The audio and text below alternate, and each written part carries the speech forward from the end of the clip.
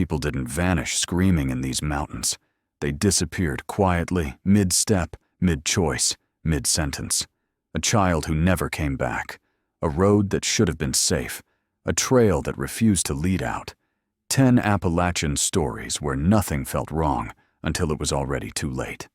Before we dive into the story, I want to say Happy New Year to all my amazing subscribers and fans. I see your comments, and I appreciate every bit of engagement from you over the months. Now, tell me in the comments where you're watching from today, and what time is it right now. Don't forget we're building a community of truth seekers who aren't afraid of the dark. Now, let's continue with the story. This story begins with a boy on a familiar trail in Russell Field, a place hikers know well, and a disappearance so clean it still defies explanation. The trail had always felt forgiving to Daniel Crow. He had walked it before, years earlier, when his legs were stronger and his worries fewer. Now he returned as a father, carrying not just a pack, but a quiet responsibility he tried not to name out loud. Russell Field sat high along the ridge, a clearing wrapped in trees that seemed to stand guard rather than threaten. On that afternoon, the forest was calm. Too calm, Daniel would later think. They had come as a family. Daniel, his wife Margaret, and their son Luke. 6 years old. Curious. Restless in the way children are when their legs work faster than their judgment. Luke had begged to come. He wanted to see the mountains from the top, as he said, his small hand slicing the air upward. Daniel wanted that too. Wanted to be the kind of father who said yes, who trusted the world enough to let his child touch it. The campsite came together easily. A modest clearing, soft ground, the smell of pine and damp earth. Luke wandered, nearby, never far, his boots kicking leaves, his voice carrying through the trees. Daniel noticed everything without truly seeing it. The angle of the sun, the weight of the pack coming off his shoulders, the quiet relief of arrival. Margaret began unpacking food. Daniel checked the perimeter out of habit, more ritual than necessity. Luke drifted toward the tree line, stopping to poke at a fallen branch. Daniel called out, told him not to go far. Luke answered back, loud and cheerful, and that seemed enough. It was a moment that lasted seconds. Margaret asked Daniel where the matches were. Daniel turned toward the pack. When he looked up again, Luke was no longer visible. At first, there was no panic. Children disappeared behind trees all the time. Daniel called his son's name. Once. Twice. His voice echoed strangely, softer than he expected. Margaret joined him, her tone playful at first, then sharpened with concern. They walked toward the direction Luke had been heading. The forest thickened quickly, the ground sloping unevenly. Daniel felt the shift before he understood it. The silence had changed. Luke's voice was gone. They called again. Louder now. Daniel listened for footsteps, laughter, anything. Nothing answered. The minutes stretched thin, turning brittle. Daniel's mind filled the gaps with logic. Luke was hiding. Luke was exploring. Luke would respond when he heard how serious they sounded. But Luke did not answer. Margaret's voice broke first. Daniel felt it like a blow. He pushed farther into the trees, calling, scanning the ground for prints. The leaf cover was deep. The soil beneath was soft in places, hard in others. Nothing obvious, nothing helpful. They split up briefly, still within sight. Daniel hated doing it, but staying together felt passive, like waiting for something bad to finish happening on its own. He moved uphill, then down, checking behind logs, calling until his throat burned. Time slipped forward without permission. Hiker appeared on the trail below, a man with a pack and a tired expression. Daniel rushed toward him, words tumbling out in fragments. The man shook his head slowly. He had seen no child, no movement, nothing unusual. Margaret had already begun the descent toward the ranger station when Daniel returned. Her face had changed, focused, tight. the kind of expression people wear when fear turns into action. The report was made quickly. Too quickly. Daniel barely remembered the words he used. Missing. 6 years old. Blue jacket. Brown hair. Last seen near the campsite. The Rangers responded with practiced calm. They asked questions Daniel struggled to answer. How long had the child been missing? What direction he might have gone? What he was wearing? Whether he knew to stay put? Daniel answered as best he could. Every response felt insufficient. Each detail he could not remember felt like a betrayal. As dusk settled over the ridge, searchers began to arrive. Volunteers, rangers, locals, who knew the terrain. Headlamps flickered through the trees like distant fireflies. Dogs were brought in. The forest filled with voices, movement, purpose. Daniel stood at the edge of the clearing and watched the place where Luke had last been seen. It looked unchanged, innocent. The same branches, the same ground. The ordinary world had collapsed quietly.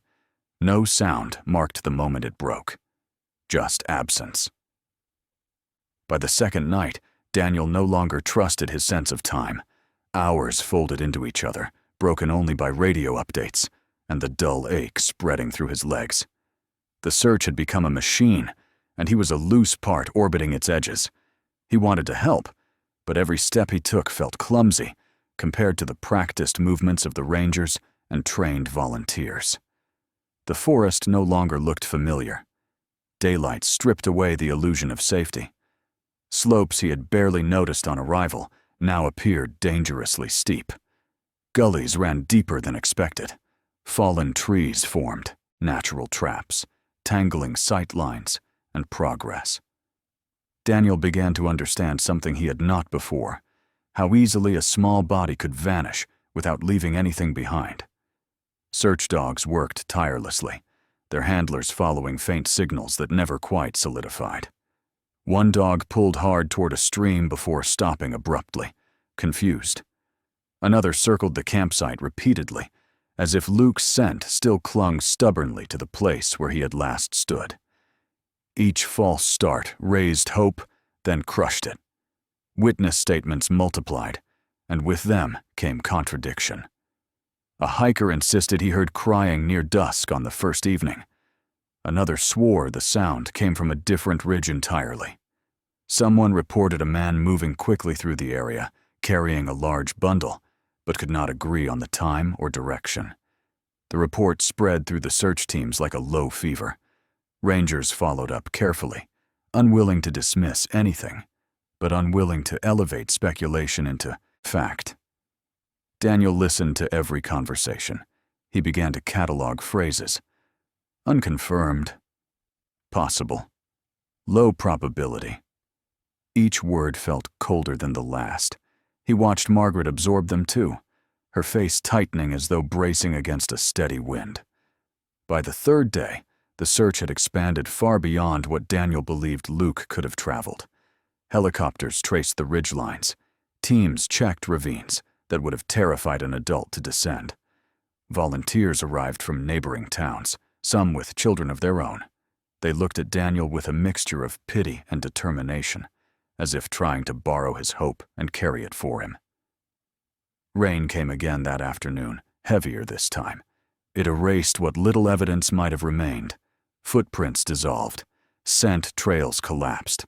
The forest reset itself without apology.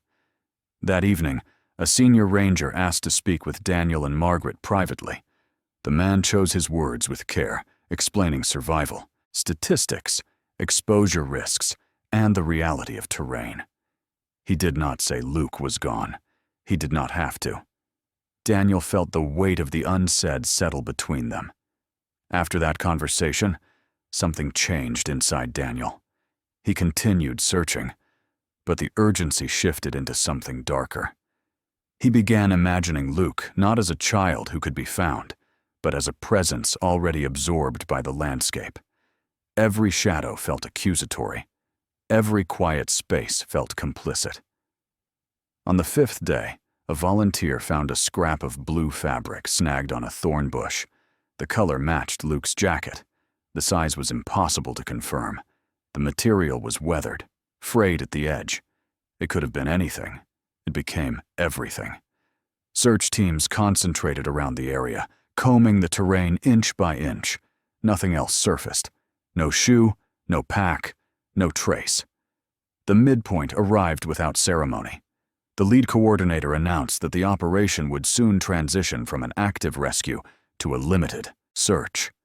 Resources were finite. Probability had shifted. Daniel did not argue. He could no longer tell whether he wanted Luke found alive or simply found at all. Both possibilities terrified him equally. The forest remained silent. The search ended without ceremony. There was no final announcement that felt worthy of the days that had come before it. The Rangers simply explained that active operations were being scaled back. Resources were needed elsewhere. Leads had grown thin. Weather and time had worked against them. Daniel listened, nodding as if comprehension alone could make the decision reversible. Russell Field emptied slowly. Trucks rolled out along the narrow access road. Volunteers shook hands, exchanged quiet words, then disappeared back into their own lives. The forest did not change. It did not acknowledge the absence it had absorbed. Leaves still moved in the breeze. Birds returned to the spaces where voices had been. Daniel stood beside Margaret as the last search team departed. Neither of them cried. Grief had already moved past tears into something heavier, something that pressed inward rather than spilling out. Going home felt wrong. The drive passed in silence. The familiar roads now carried an unfamiliar weight. When they stepped inside the house, Luke's presence felt everywhere and nowhere at once. His shoes still waited by the door. A half-finished drawing lay on the kitchen table. Daniel could not bring himself to move anything. Margaret could not bring herself to look. Life resumed without permission. Daniel returned to work, though his body arrived long before his attention did. Conversations blurred. Meetings passed without meaning. Margaret withdrew further, declining invitations, avoiding phone calls. Friends wanted to help, but did not know how. Eventually, many stopped trying. Updates came sporadically. A call from law enforcement. A report of bones found far from the trail that turned out to belong to an animal. A supposed sighting, dismissed within hours. Each call reopened the wound. Each dismissal reinforced the same truth. Luke was not coming home. Time did not soften the memory. It sharpened it. Daniel replayed the moment at the campsite endlessly. The sound of Margaret's voice asking about the matches. The weight of the pack strap in his hand. The instant he turned away. He understood now that disasters were rarely loud when they began. They unfolded quietly, inside ordinary moments that did not announce their significance. The marriage changed. Grief settled into their lives differently. Margaret could not bear to speak about the mountains. Daniel could not stop thinking about them. The unspoken distance widened until it became impossible to cross. They separated without argument, bound by loss, but unable to heal together. Daniel returned to the trails alone. At first it felt like punishment. He walked longer and harder routes, carrying weight he did not need. Over time, the hikes became something else, not closure, but understanding. He learned how sound vanished in dense forest, how a child's voice could be swallowed by terrain, how quickly weather turned and erased evidence, how easily a wrong step could lead downhill into places no one would think to search first. He began to understand that Luke's disappearance did not require a villain, no hidden force, no elaborate explanation, just a series of small, ordinary conditions aligning at the worst possible moment. Russell Field remained open. Families continued to camp there. Children ran ahead of their parents, laughing, confident in the world's willingness to protect them. Daniel watched from a distance when he passed through. He felt the urge to warn them, to explain how fast everything could unravel. He never did. He understood that fear, once introduced, never leaves cleanly. Luke's case stayed open, a file maintained, A photograph circulated, his name spoken occasionally by those who had searched, by those who remembered. Daniel carried it every day, not as a question waiting for an answer, but as a weight that had become part of him. Acceptance did not arrive as peace, it arrived as endurance. Daniel learned to live alongside uncertainty without letting it hollow him completely. Some nights, he still dreamed of the forest. Sometimes Luke was calling, sometimes he was silent. Daniel woke each time with the same understanding. The mountain never explained itself. It never confessed. It did not need to. It simply remained. And Daniel, changed and diminished and enduring, remained with it. The next case is different. It follows a lone hiker whose journey didn't end with a body, but with handwritten notes that suggest he understood what was coming. Geraldine had prepared for this moment longer than she admitted to anyone. On the surface, it was simply a hike, another long walk through forest and ridgeline, another test of endurance that she had passed many times before. But beneath that, the journey carried weight. It was an assertion, a declaration that her life still belonged to her. She had retired recently, though the word felt misleading. Retirement suggested an ending, a slowing down. Geraldine felt neither. What she felt was a widening space where routine used to live. The days no longer had edges. Friends assumed she would fill the time with family visits or hobbies that stayed close to home. She smiled politely and said very little. The trail, however, had always been honest with her. It demanded attention, discipline, and respect. It did not care about age or expectation. Her car sat quietly at the trailhead as dawn crept in. The air was cool, heavy with moisture, the kind that soaked into clothing before the sun had fully risen. Geraldine checked her pack one final time, food carefully portioned, water accounted for, maps folded and stored, a phone fully charged, powered down to preserve battery. She had done everything right. That mattered to her. The first miles passed easily. Her pace was steady, measured, unhurried. She greeted other hikers with brief nods and smiles. Some traveled in pairs or groups, their conversations drifting through the trees. Others walked alone, like her, each carrying private reasons for being there. The forest felt open and welcoming, the path clearly marked, the terrain forgiving. Geraldine's thoughts wandered as her feet moved. She reflected on how often people had warned her about hiking solo. The concern had always felt misplaced.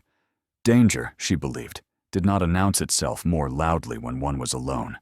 It came from complacency, from underestimating small decisions. She had spent years avoiding those mistakes. By mid-morning, the sun broke through the canopy and scattered beams. Geraldine stopped to drink water, leaning against a tree and studying the map. The next stretch was familiar, a gentle incline, then a long ridge walk. She allowed herself a small smile. This was the part she enjoyed most. The quiet effort, the sense of forward motion without pressure. At some point, nature interrupted in a way so ordinary it barely registered as a choice. Geraldine needed privacy.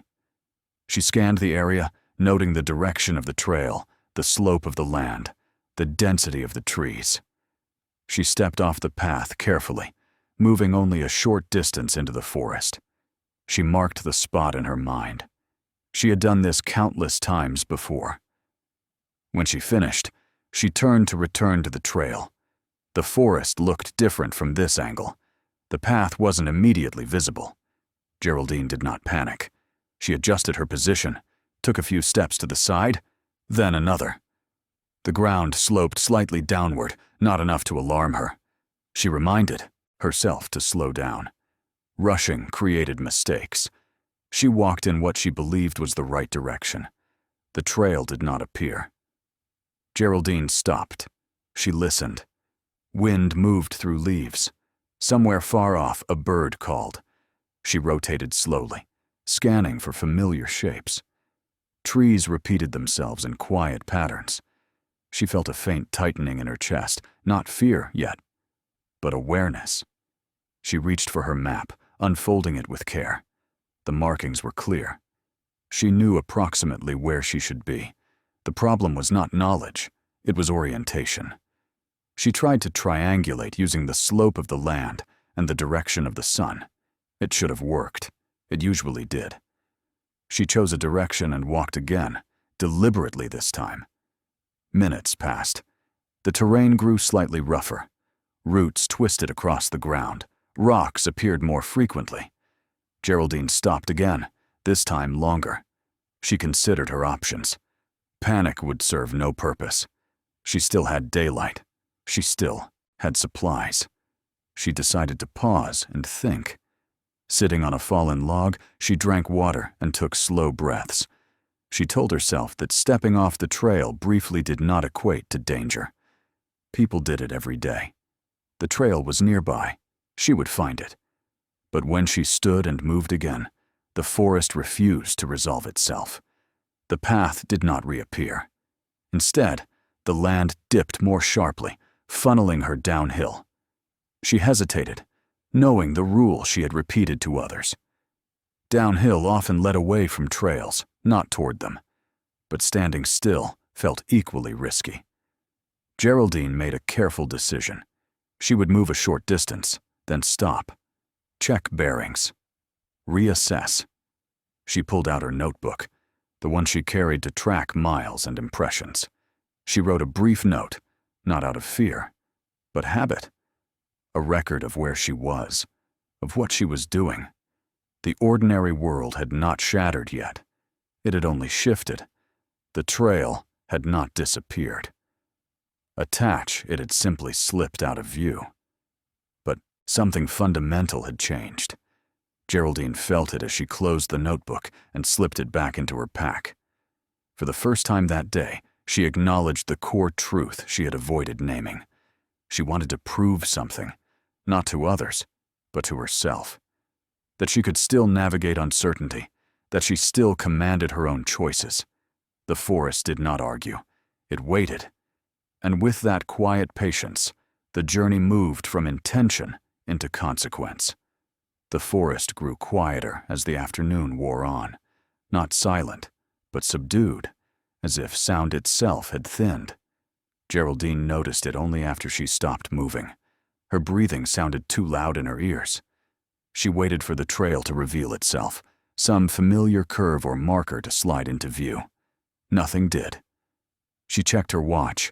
Time had advanced more than she expected. That realization tightened something behind her ribs. She forced herself to slow down again. Panic was an enemy she knew well enough to respect. It clouded judgment. It shortened patience. She had taught herself, over years of hiking, to respond instead of react. She reviewed her options carefully. Stay put and wait. Attempt to move uphill toward what she believed was the ridge. Follow the downward slope in the hope it led to water, then eventually to people. Each choice carried risk. Standing still preserved energy but surrendered initiative. Moving without certainty could compound the mistake. Geraldine chose movement, but cautiously. She angled uphill, favoring deliberate steps over speed. The incline strained her calves. The ground was uneven, scattered with loose stones that shifted underfoot. She used her trekking poles for balance, grateful for their steady reassurance. After several minutes, she stopped again. The forest remained unchanged. Trees stood too close together, blocking long sight lines. The canopy filtered the light into a uniform gray-green wash that made direction difficult to judge. She looked up at the sky, trying to read the sun through the leaves. It was lower now. Afternoon was slipping toward evening. She took out her notebook again. Writing steadied her. She recorded what she had tried, what she believed had gone wrong. She wrote about the slope, the time, the weather. She reminded herself to conserve energy and remain methodical. The words were calm, measured. They did not reflect fear, but they acknowledged uncertainty. Geraldine considered using her phone. She powered it on briefly, watching the screen glow to life. No signal. She powered it back down immediately. Battery life was precious. She knew better than to waste it on repeated checks. The next decision weighed heavier. She could attempt to retrace her steps, though she was no longer confident she knew which direction she had come from. Or she could continue in a single direction and commit to it fully. Commitment, she believed, was often safer than hesitation. She chose a direction and walked. The terrain worsened gradually. Roots gave way to thicker underbrush. Progress slowed. Her pace dropped, not from fatigue alone, but from the effort required to avoid injury. A twisted ankle would change everything. She focused on foot placement, on breathing evenly, on maintaining control. As daylight faded, the forest took on a different character. Shadows lengthened. Depth perception faltered. Geraldine knew that continuing to move in failing light was dangerous. She needed to prepare for night. She searched for a suitable place to stop. Flat ground was scarce. Eventually, she found a small clearing between trees where the ground leveled slightly. She dropped her pack and sat, listening. The forest responded with distant sounds she could not identify. None were threatening. None were comforting either. She ate a small portion of food, resisting the urge to eat more. Rationing was not about hunger. It was about time. She drank carefully, measuring each swallow. Her body felt tired now, the controlled fatigue of someone who had been active all day.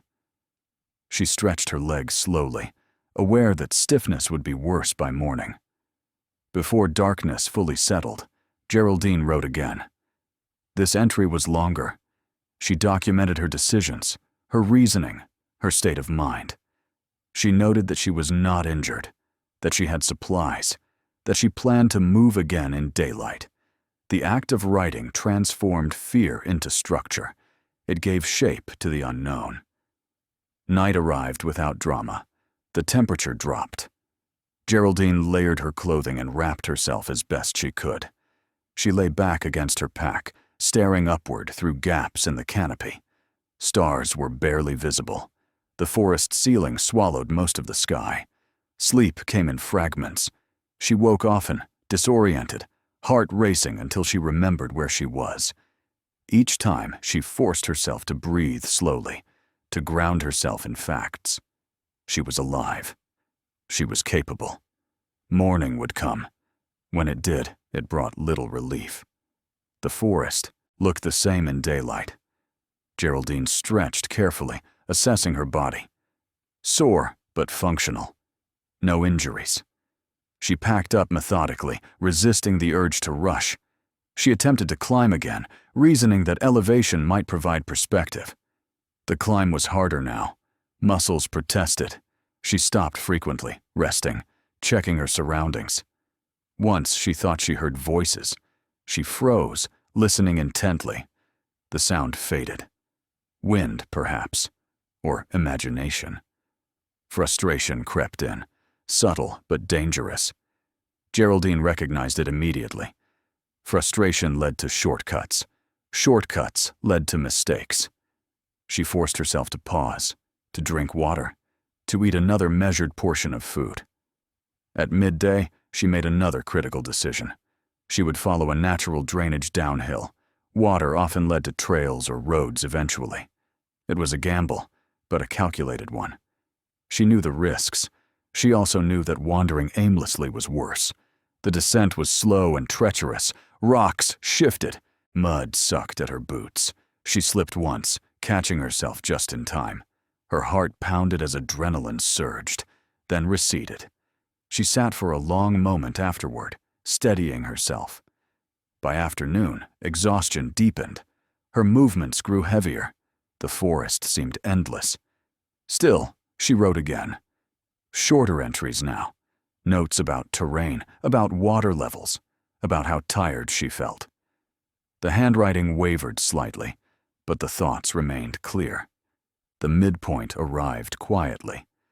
Geraldine realized she had likely passed near searchers without knowing it. The possibility struck her suddenly, painfully. That help could have been close, invisible through trees and timing. For the first time, she acknowledged the possibility that she might not find her way out on her own. That realization did not break her. It clarified the stakes. She adjusted her priorities. Shelter over movement, conservation over progress, signaling over wandering. She arranged her gear carefully each time she stopped, making herself visible where possible. She spoke aloud occasionally, calling out into the forest, her voice steady but growing hoarse. As evening approached again, Geraldine prepared for another night. She wrote one more entry before darkness fell. It wasn't dramatic. It did not beg. It stated facts. She was lost. She had made choices. She was doing what she could. The confrontation was no longer between her and the forest. It was between her will and the limits of circumstance. And the outcome was no longer certain.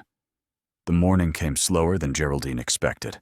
Cold settled into her joints during the night, and it took time before her hands moved easily again. She remained seated for several minutes after waking, taking inventory of her body and her supplies. Fatigue had deepened, but pain remained manageable. That mattered. Pain changed decisions. She stood carefully and looked around. The forest was still. Too still. She called out again, her voice steady but thinner than the day before. No answer returned. She waited, listening, then called again. The sound faded into trees and did not come back. Geraldine made one final attempt to move.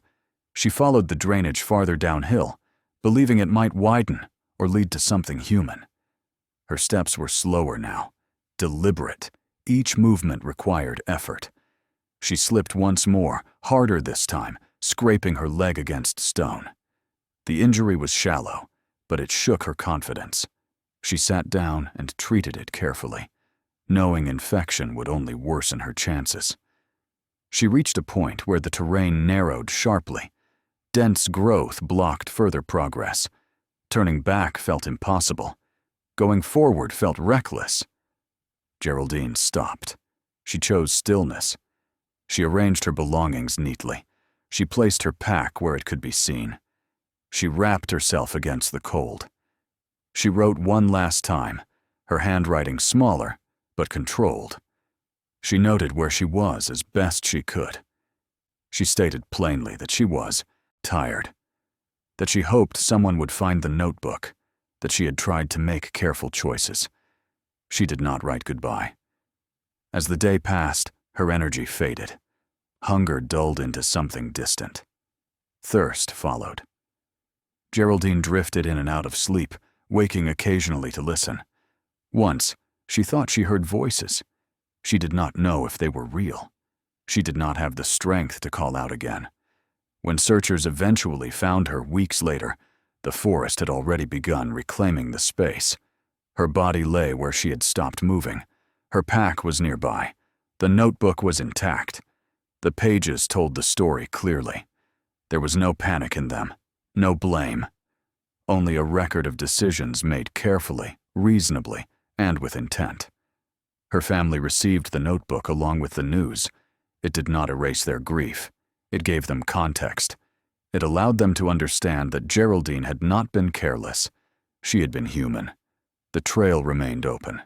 Hikers continued to walk it. Many never knew her name. Some later would. Her story became a quiet reminder passed among those who walked alone. That preparation did not guarantee safety. That small decisions mattered. That even experienced people could disappear without spectacle. Geraldine's journey ended where it did not intend to, but it ended with clarity, and sometimes that was the only resolution the wilderness allowed. This next story leaves the wilderness behind and moves to a roadside encounter where a routine stop turned into something far more unsettling than anyone expected. The drive was supposed to be forgettable. That was what Alicia wanted most as she merged onto the highway, settling into the quiet rhythm of long-distance travel. She had left early, before the sun fully rose, hoping to beat traffic and arrive home before nightfall. The car hummed steadily beneath her hands, the road stretching ahead in a familiar, reassuring line. Alicia liked driving alone. It gave her time to think without interruption. The radio stayed low, just enough to break the silence. She reviewed her plans for the coming week, ordinary things that anchored her sense of normalcy: work, laundry, a call she had been putting off. Nothing felt urgent. Nothing felt dangerous. The countryside shifted gradually as she drove. Towns thinned, gas stations grew farther apart, trees pressed closer to the road, forming long corridors of green. She checked the fuel gauge and noted she had more than enough to reach the next stop. Everything was accounted for. About an hour into the drive, Alicia noticed a vehicle behind her, a pickup truck, dark-colored. It kept a steady distance at first. She thought nothing of it. Roads like this often funneled traffic into loose patterns. People traveled in clusters without intending to. Several miles later, the truck drew closer. Then it backed off. Then it closed the gap again. Alicia adjusted her speed slightly, testing whether the pattern would break. It did not. She felt a flicker of awareness, not fear yet, just attention sharpening. The truck pulled alongside her briefly. The driver glanced over. Middle-aged, maybe older. Neutral expression. He gestured toward the rear of her car, then toward the shoulder. Alicia frowned, checking her mirrors. She did not hear anything unusual. The car felt fine. Still, doubt crept in. What if something was wrong she could not see? The truck moved ahead, slowing deliberately. The driver gestured again, more insistently this time. Alicia weighed her options quickly. She was on a public road in daylight. Other cars passed occasionally. The gesture suggested concern, not aggression. She did not want to risk driving with a mechanical issue. She eased onto the shoulder. The truck pulled in behind her, leaving space between the vehicles. Alicia turned off the engine but stayed inside. She cracked the window slightly. The man stepped out of his truck and approached slowly, hands visible. He pointed toward her rear tire, speaking in a calm voice she could barely hear over passing traffic. He said something about a problem, a loose part, something that could be dangerous if left unchecked. Alicia hesitated. Her instincts tugged at her, conflicting. She could not see what he was referring to from her seat. She did not want to appear rude or paranoid. She also did not want to exit the car unnecessarily. She thanked him and said she would check it herself. The man nodded, stepping back slightly. He did not leave. That pause mattered. He pointed again, closer now, indicating a spot beneath the car. He suggested she step out to look. His tone remained even, helpful, ordinary. Alicia opened the door. The air outside felt warmer than expected. She moved cautiously, staying near the driver's side. The man circled toward the back of the car, pointing downward. Alicia followed at a distance, her eyes scanning the tire, the bumper, the road behind them. She saw nothing obviously wrong. She turned to ask him to explain again. That was when the ordinary world broke. What happened next unfolded too quickly to process cleanly. The distance between them closed. The space she thought she controlled vanished. Alicia registered pressure, movement, imbalance. Her thoughts fragmented into instinct and resistance. Passing traffic did not slow. Engines roared by. The road remained indifferent. Within moments, Alicia was no longer visible from the shoulder. The pickup truck pulled away shortly afterward, merging smoothly back into traffic. No one reacted. No one stopped. To the autumn world passing by, nothing unusual had occurred.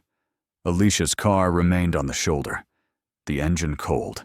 The door closed. Keys still inside. Hours later, another driver noticed the abandoned vehicle and called it in. Law enforcement arrived, noting the position of the car, the lack of mechanical issues, the absence of its owner. They searched the immediate area. There were no signs of a struggle. No witnesses came forward initially. Alicia had vanished into a gap created by trust and timing. By nightfall, her name had entered the system. A missing person report filed. Family notified. The road was searched again, then expanded outward. The question that lingered was not how she disappeared. It was how easily it had happened.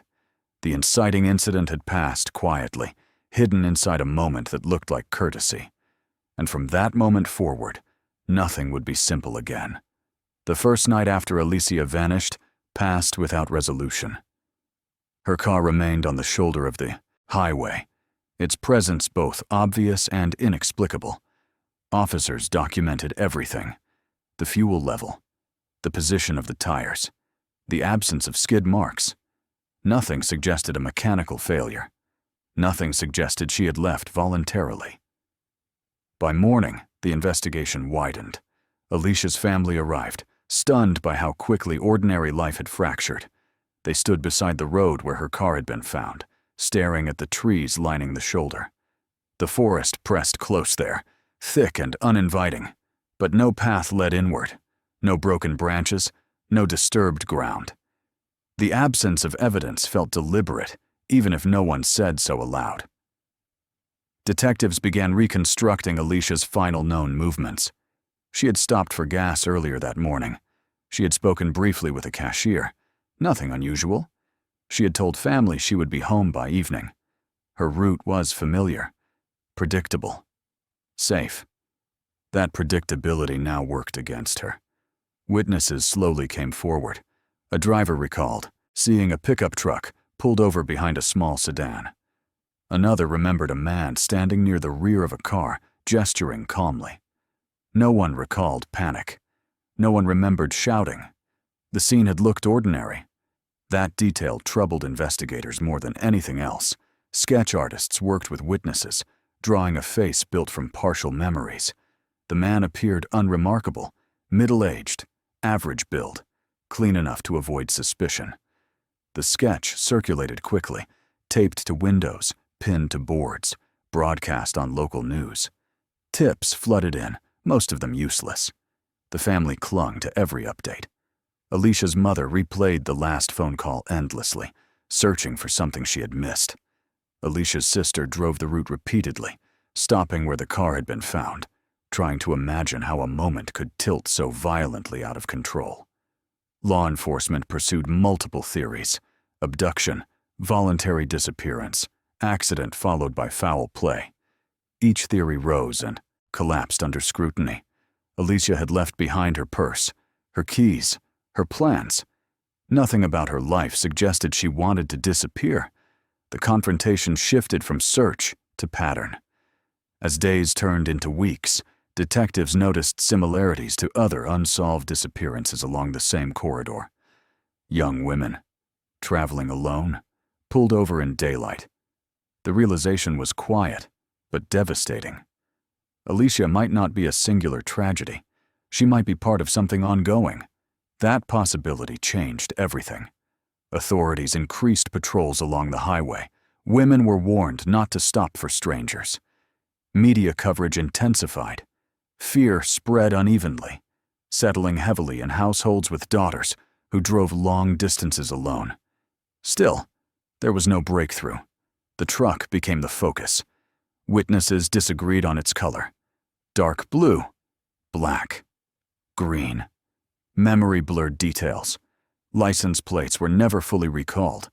Partial numbers led nowhere. The sketch aged quickly, becoming less specific with every reprint. Months passed.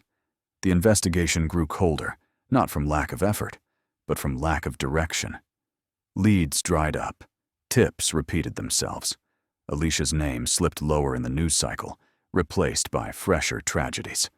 Then remains were found. They lay in a remote field far from the highway, hidden by terrain and time. The discovery came by chance, not investigation. A landowner noticed something unnatural in the soil. Law enforcement responded cautiously, already bracing for what the evidence might confirm. Identification took time. Dental records, personal effects. The process was clinical, methodical, cruel in its slowness. When confirmation came, it did not bring relief. It brought weight. Alicia was gone. The confrontation entered its darkest phase. Grief hardened into resolve. Investigators re-examined old tips. New scrutiny fell on individuals who had once seemed marginal. The corridor of disappearances narrowed toward a single suspect, a man whose movements overlapped with multiple cases, a man whose truck matched too many vague descriptions to ignore. The arrest, when it came, was not dramatic. No chase, no confession, just a quiet tightening of focus. Evidence accumulated slowly, circumstantial at first, then stronger. Fibers, witnesses, patterns that could no longer be dismissed as coincidence. The family watched from the sidelines as the case progressed. Courtrooms replaced roadsides. Legal language replaced search grids. The truth emerged in fragments, never fully satisfying, never fully complete. The confrontation ended not with clarity, but with accountability. Alicia's disappearance reshaped the way people understood safety. Trust no longer felt neutral. Ordinary kindness became suspect. The roadside, once mundane, acquired a new edge. The highway remained open. Cars continued to pass. People still pulled over for flat tires and overheating engines. But something invisible had shifted. Alicia's story became a warning whispered between generations, a reminder that danger did not always announce itself with violence. Sometimes it arrived smiling, offering help, asking politely for a door to be opened. The confrontation had exposed a truth too uncomfortable to ignore. Sometimes survival depended not on strength or preparation, but on refusing to engage at all. And that knowledge lingered long after the road fell quiet again. The verdict did not bring the silence people expected. It brought a different kind of noise, one that followed Alicia's family long after the courtroom emptied. Legal language closed the case in neat sentences, but nothing about her absence fit cleanly into words. Guilt was assigned, responsibility recorded, time served measured. None of it restored what had been taken. For Alicia's parents, the resolution arrived in fragments. A phone call confirming what they already knew. A document explaining how evidence had been weighed. An official statement expressing sympathy. Each step felt procedural, detached from the reality of waking up every morning without their daughter in the world. The man responsible was removed from public view, contained by walls and schedules. His name entered records, his movements restricted. The system marked the outcome as justice. Alicia's family learned quickly that justice did not equal peace. They returned to the highway once, months later. Not for answers, but for understanding. The shoulder looked smaller than they remembered, the trees closer. The place where her car had been found appeared unremarkable, indistinguishable from dozens of other stretches along the route. That ordinariness was what unsettled them most. Nothing marked the spot. No sign. No memorial. Traffic flowed as it always had. In the years that followed, Alicia's story became something larger than itself. Law enforcement protocols changed quietly. Warnings were issued more clearly. Public awareness campaigns encouraged caution without explanation. Mothers told daughters never to pull over for strangers. Friends shared the story as advice rather than tragedy. Trust recalibrated itself. For Alicia's sister, the road never felt the same again. She avoided long solo drives when she could. When she could not, she stayed alert in a way she never had before. She rehearsed responses in her mind. She learned how quickly courtesy could become vulnerability. The family marked Alicia's birthday every year. They spoke her name often. They refused to let it fade into a statistic. Her life was not defined by the moment it ended. She had been kind, organized, thoughtful. She had plans. She had a future that was never allowed to arrive. The community remembered her differently, not as a person they had known, but as a cautionary shape. A story retold with emphasis on the moment she stopped, rather than the life she lived. That imbalance troubled her parents, but they understood why it happened. Fear simplified narratives. It focused on the warning and ignored the loss. The highway continued to collect miles and memories. Other people pulled over. Other people accepted help. Most reached their destinations safely. Alicia's case did not prove that danger was everywhere. It proved that it could exist quietly, hidden inside moments that appeared harmless. Years later, when asked what she wished people understood, Alicia's mother answered simply. She said her daughter trusted the world because the world had taught her to. She said the mistake was not kindness. The mistake was believing kindness always moved in one direction. The resolution did not erase the damage. It did not restore balance. It did something smaller and more permanent. It altered behavior. It introduced hesitation where there had once been ease. It left behind a rule that could never be written into law, but spread anyway. Do not stop just because someone tells you to. Do not step out of the car just to be polite. Do not assume danger. Looks dangerous. Alicia's absence reshaped choices made by people who never knew her name. In that way, her story continued, not as a mystery, but as a warning carried forward by strangers. The road did not remember her, but the people who traveled it did. Our next story takes us to Blood Mountain on New Year's Day, when celebration and resolution collided with fear, and a hike became a moment no one could undo. The trailhead was quiet for a holiday morning. Frost clung to the edges of fallen leaves, and the air carried the kind of sharp cold that made every breath feel intentional. Meredith stepped out of her car and paused for a moment, letting the stillness settle around her. She liked mornings like this, clean, undisturbed. The world felt simpler before other people arrived. She adjusted the straps of her pack and checked her phone one last time before turning it off. No signal here anyway. She had told friends where she was going, when she planned to return. It felt sufficient. She was not reckless. She was prepared. Blood Mountain rose ahead of her, its name dramatic enough to attract stories, though Meredith had never put much stock in them. Names, she believed, reflected imagination more than reality. To her, this was simply a trail she had walked before, a familiar climb that offered effort and reward in equal measure. The summit views were worth the strain, especially in winter, when the air stripped away haze and left only clarity. She started up the trail at a steady pace.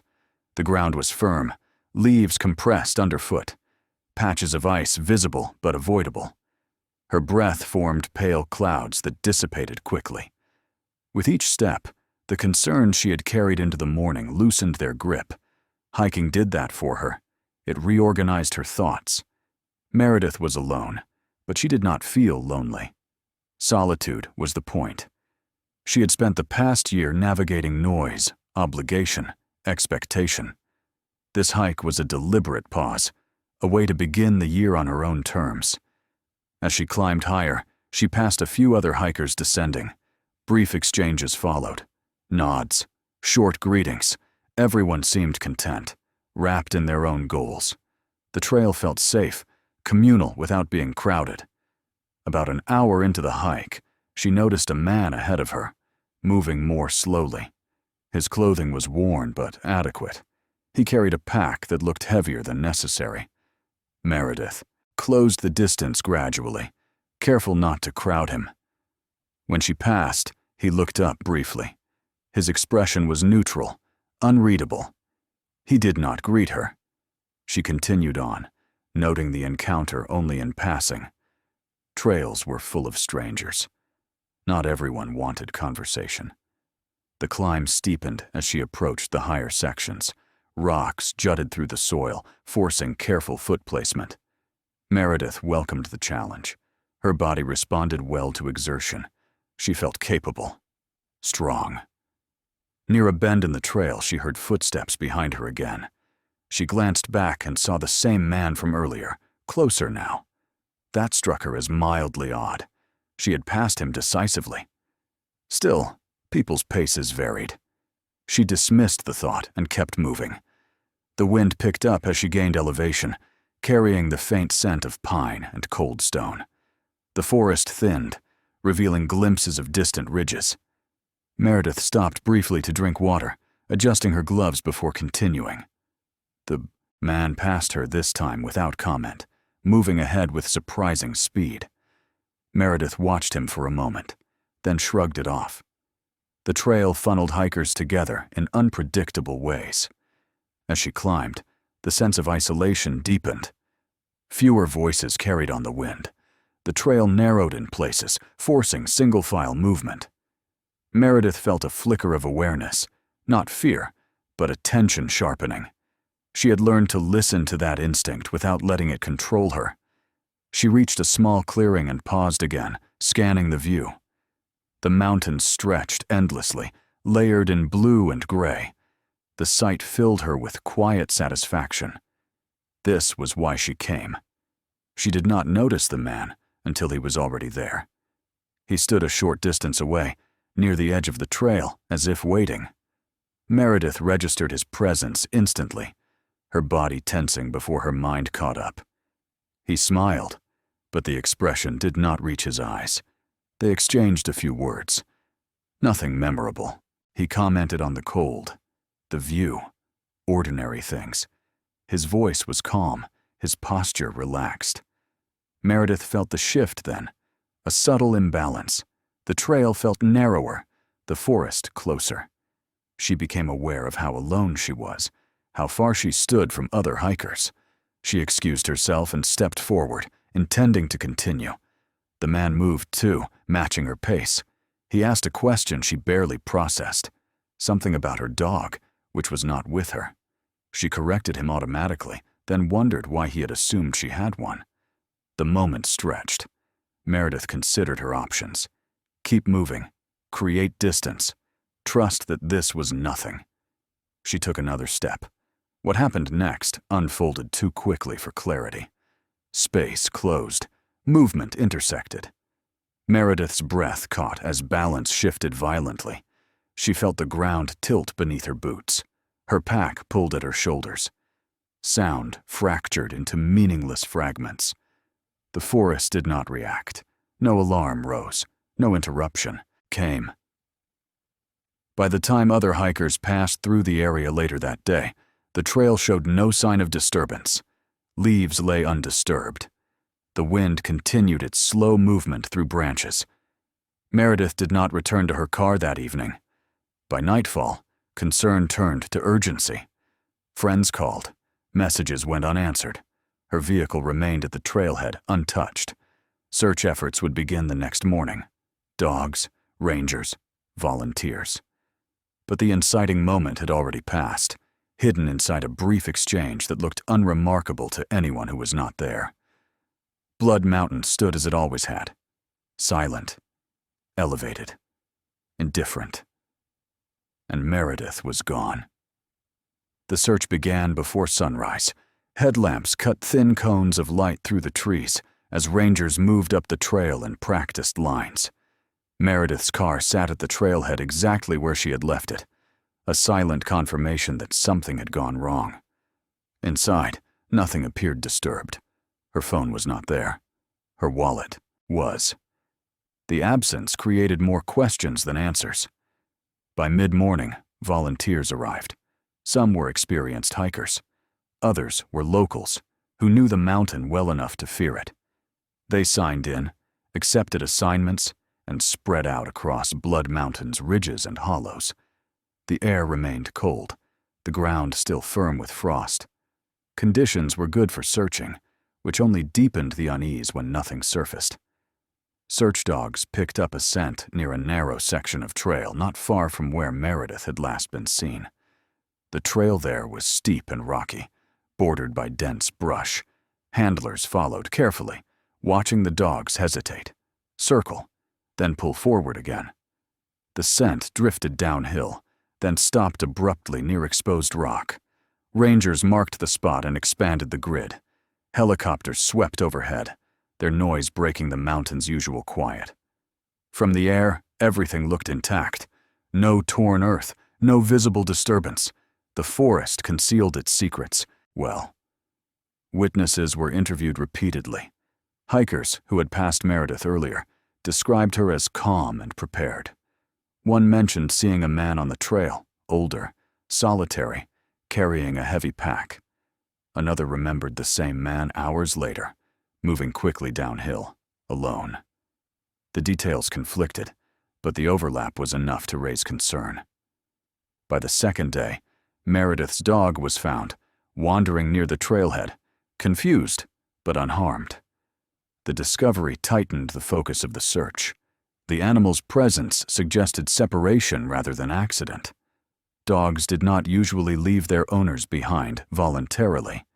Investigators returned to the trail section where the scent had ended. They examined every rock face, every drop-off. Blood Mountain's name felt suddenly inappropriate in its quiet restraint. There were no obvious signs of violence, no blood, no torn clothing, only the unsettling absence of what should have been there. As the hours passed, the search took on a heavier tone. Rangers spoke in lowered voices. Volunteers moved with increased urgency, but hope began to thin. The mountain's terrain worked against them. Ravines fell away sharply. Dense growth hid natural depressions. A body could lie just yards away and remain invisible. Late on the second day, a hiker came forward with new information. He recalled a brief conversation with a man near the summit, someone who mentioned hiking alone and traveling light. The description matched earlier reports. This time, investigators listened more closely. Background checks followed. Names surfaced. A transient figure, familiar to local law enforcement, emerged from the noise. He had been seen in the area before. He had a history that raised quiet alarms. The shift from search to investigation happened without announcement. On the third day, evidence appeared. Meredith's belongings were found scattered downhill from the trail, partially concealed by brush. The discovery confirmed what many had begun to accept. This was no accident. The confrontation reached its midpoint when investigators located Meredith herself. The recovery was handled with care, professionalism masking the emotional weight of the moment. The mountain gave her back, but not in the way anyone had hoped. As the search concluded, focus narrowed sharply onto the man seen repeatedly on the trail. He was located days later, not far from the area, attempting to blend back into obscurity. His arrest did not bring relief. It brought clarity. Blood Mountain had not caused Meredith's disappearance. It had merely provided cover. The realization changed how the trail was viewed. The danger had not come from misstep or weather. It had come from another person, moving quietly, using the mountain's solitude as opportunity. The confrontation had stripped away illusion. What remained was accountability, and the understanding that even familiar paths could conceal deliberate harm. The mountain returned to quiet faster than anyone expected. Search tape came down. Helicopters stopped circling. Volunteers signed out and drove home, carrying images they did not ask for and would not forget. Blood Mountain stood unchanged, its ridges and trees offering no indication of what had happened beneath them. The arrest moved the story forward in a way the search never could.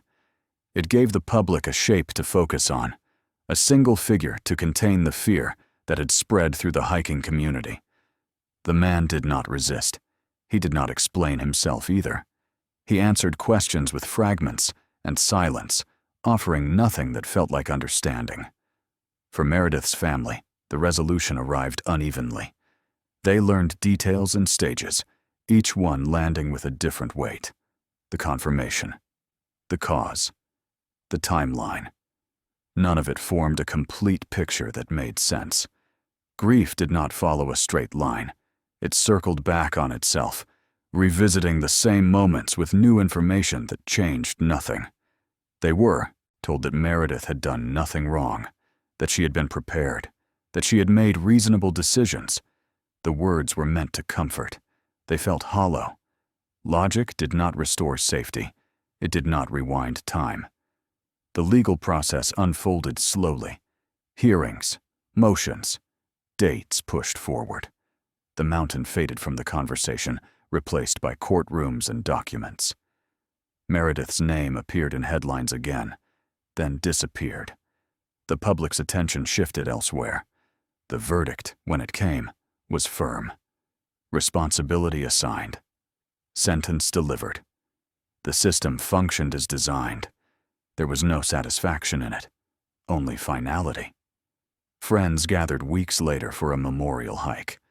They walked part of the trail Meredith had loved, stopping at the clearing where she had paused to admire the view. The mountains stretched endlessly, indifferent to ceremony. Some cried openly. Others stood in silence, hands tucked into pockets, eyes fixed on the horizon. They spoke about Meredith as she had been. Determined, thoughtful, capable. They resisted the temptation to define her by the way her life ended. They shared stories of laughter, of shared climbs, of plans she had made for the year ahead. The hike ended not with speeches, but with quiet dispersal. In the months that followed, Blood Mountain became something else in public memory. Not forbidden, not avoided, but altered. Hikers spoke more openly about caution, about intuition, about the difference between solitude and isolation. Trail etiquette changed subtly. People lingered less in narrow sections. They stayed aware of who moved behind them. Meredith's story spread through hiking forums and local conversations. Sometimes it was told accurately. Sometimes it was simplified. Always it carried the same underlying lesson. Danger did not always arrive loudly. It did not require darkness or remoteness. It could exist in daylight, on a familiar trail, inside a brief conversation. Her family eventually returned to the mountain alone, not to confront it, but to acknowledge it. They stood near the trailhead where her car had once waited. They did not stay long. There was nothing left to see. Acceptance arrived slowly, not as peace, but as endurance. They learned to live with the weight of what couldn't be undone. They learned that resolution did not mean understanding. It meant continuing forward without it. Blood Mountain remained open. Snow melted. Seasons turned. New hikers arrived, unaware of what had happened before them.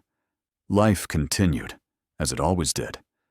Meredith's absence became part of the landscape in a quieter way, not marked by signs or warnings, but by a shift in how people moved through the space she once occupied.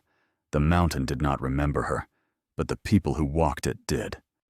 The next story centers on a man without a name, known only by a trail nickname, whose quiet journey ended with an identity mystery that lasted years. No one knew how long the man had been there. That was the first thing the townspeople argued about when the body was discovered. Some claimed weeks. Others insisted it had been months. The truth was harder to determine in a time when records were sparse and wilderness kept its own calendar. He was found just beyond a narrow footpath that cut through the Appalachian hills, not far from a crude shelter used occasionally by travelers and trappers. The shelter was little more than a lean structure of timber and canvas, meant to break the wind rather than offer comfort. Inside, the man lay as if resting, his pack tucked close to his side, his coat pulled tight around his body. There were no signs of struggle. The discovery was made by two men hauling supplies between towns, their wagon creaking under the strain of early winter. They stopped when one of them noticed the shape inside the shelter. At first, they assumed the man was sleeping. It was not uncommon for wanderers to take refuge wherever they could. But when he did not stir, and the cold had already settled into the hills, they knew something was wrong. Word traveled quickly, carried by horse and rumor.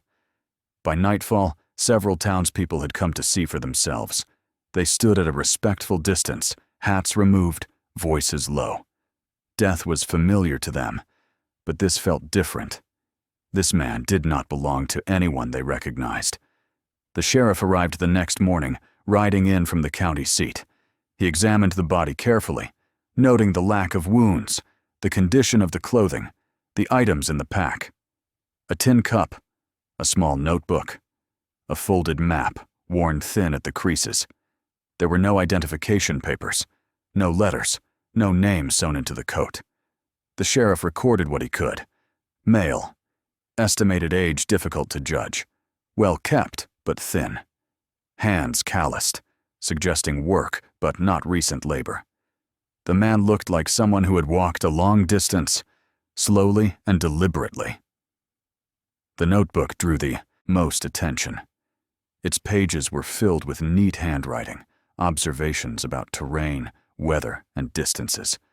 The tone was calm, almost clinical. He wrote about creeks crossed, ridges climbed, towns passed through without comment. There were no personal reflections, no mention of family, no indication of where he had started or where he intended to end. The final entry was brief, a note about cold, a remark about resting, nothing more. The townspeople speculated. Some believed he was a veteran drifting after the war, unable or unwilling to settle. Others thought he was a scholar, mapping the land for reasons unknown. A few whispered darker possibilities, though none could say what crime he might have committed to deserve such an end. What unsettled them most was how peaceful he looked. He had not died violently. The doctor from the neighboring town concluded exposure and exhaustion were likely causes. The hills were unforgiving in winter, even to those who prepared. The man had done what he could. He had chosen shelter. He had conserved his belongings. He had not panicked. The question that lingered was simple and unbearable. Who was he? In the early 1900s, identity was tied to paper and witnesses. Without either, a person could vanish completely. The sheriff sent descriptions to nearby towns. Notices were posted at train stations and general stores. Weeks passed. No one came forward. The man was buried in the local cemetery, his grave marked with a simple wooden sign. Unknown. Found on the trail. Life continued. The shelter remained. Travelers passed through, some unaware of what had happened there, others pausing briefly, lowering their voices as they moved on. The notebook was stored in the sheriff's office, then eventually placed in a box with other unsolved matters. The protagonist of this story was never the man himself. It was the absence he left behind. In a time before photographs traveled easily, before fingerprints were cataloged, before names could be searched and summoned, he became a blank space in the historical record. A person reduced to observations and measurements, remembered only because he had been found. The ordinary world assumed that everyone belonged somewhere. His death quietly challenged that belief. And with that, the mystery began. Not with violence or scandal, but with a question no one could answer, and a life that ended without ever being properly named. In the weeks following the burial, the town tried to return to its routines. Fields still needed tending. Goods still moved along the roads and rail lines. Winter pressed in, demanding attention. Yet the unknown man lingered in conversation, resurfacing whenever work slowed or evenings grew quiet. His presence had not ended with his death. It had merely changed form. The sheriff began his inquiries methodically. He sent handwritten notices to neighboring counties, each describing the man as carefully as words allowed. Height, build, clothing, the contents of his pack, the notebook. He described the handwriting as neat and educated, hoping that detail might trigger recognition. Replies arrived slowly, carried by post or messenger, each one offering nothing useful. No family reported a missing traveler that matched the description. No employer claimed him. No town recognized the handwriting. The notebook became the center of attention. The sheriff read it repeatedly, searching for clues he might have missed. Place names appeared, but none were unusual. Distances were measured precisely, suggesting discipline. There were dates, but they told no story beyond movement. The entries lacked emotion, as if the man had chosen deliberately to exclude himself from his own record. Some townspeople began to speculate more freely. One theory suggested the man was running from something. Another proposed he was searching for something he never found. A schoolteacher argued that the writing suggested a scientific mind, perhaps a surveyor or naturalist. Others dismissed such ideas, insisting he was simply a drifter who had outlived his luck. As winter deepened, interest waned. New concerns replaced old questions. The notebook was stored away, wrapped in cloth to protect it from damp. The sheriff noted the case in his ledger and moved on. There were other matters requiring immediate attention. Years passed. The shelter remained in use, though travelers avoided staying there overnight if they could. Some claimed the place felt wrong. Others said nothing and moved on quickly. The unknown man became a quiet warning, a reminder of what happened to those who traveled alone without ties. Occasionally, someone would claim to recognize the description. A cousin who had gone west, a neighbor who had vanished years earlier. Each claim dissolved under scrutiny. Memory, the sheriff learned, was unreliable when shaped by time and regret. By the time the next decade arrived, the town itself had changed. New families moved in. Old ones moved away or buried their elders. The sheriff retired. His replacement inherited boxes of old records, most of them untouched. The notebook remained among them, its pages yellowed but intact. The confrontation in this story was not dramatic. There was no single moment where hope collapsed. Instead, it eroded gradually. Each unanswered letter, each failed recognition, each year that passed without a name attached to the grave, the man's anonymity became permanent through neglect rather than intention. At one point, a traveling preacher stopped in town and asked about the grave marked unknown. He listened to the story with interest, then offered a sermon about humility and impermanence. The townspeople nodded politely. The preacher left. Nothing changed. Children who grew up hearing the story added details that were never confirmed. Some said the man had been wealthy and chose poverty. Others said he was fleeing shame. The truth mattered less than the shape the story took. It filled a gap in local imagination, a figure onto whom anything could be projected. The confrontation reached its quiet midpoint when the wooden marker on the grave rotted and fell. No one noticed immediately. By the time it was replaced with a simple stone, the inscription was even less specific. Unknown Traveler. The notebook was eventually moved to the county archive. Fewer people knew it existed. Fewer still cared to read it. The handwriting remained steady, the observations unchanged. Time had not revealed anything new. What had begun as a mystery now faced a different obstacle. Not danger or resistance, but indifference. The desire to know who the man was had not been defeated by evidence. It had been defeated by time. And as years continued to pass, the question shifted subtly. It was no longer who he was. It became whether it still mattered. That was the true confrontation. By the time the notebook resurfaced, nearly 3 decades had passed since the man was found in the shelter. The town had changed enough that few remembered the discovery clearly. Those who did remembered it imperfectly, softened by repetition and time. The unknown man had become less a person and more a story shape, something passed along without urgency. The notebook reappeared during an inventory of county records. A young clerk, tasked with organizing old materials, paused over it only because the handwriting was unusually careful. The entries were still legible, the paper brittle, but intact. Curious, the clerk read through the pages slowly, then carried the notebook to the county archivist. The archivist recognized its significance immediately, not because it promised answers, but because it represented something rare, a life recorded in detail, yet missing its most essential fact, a name. They attempted once more to uncover the man's identity. Notices were placed in regional papers. Clergy were asked to review old burial records. Rail workers were consulted. The effort was respectful but subdued. No one expected success. The world had moved on too far. Families scattered. Memories dissolved. No one came forward. The archivist prepared a short written account to accompany the notebook, summarizing what little was known. Found near a shelter. Died of exposure. No identification recovered. Buried locally.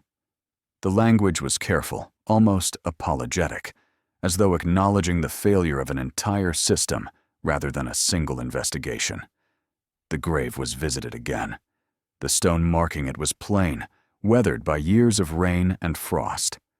Unknown traveler. Someone had placed a small stack of stones beside it at some point, a gesture left without record.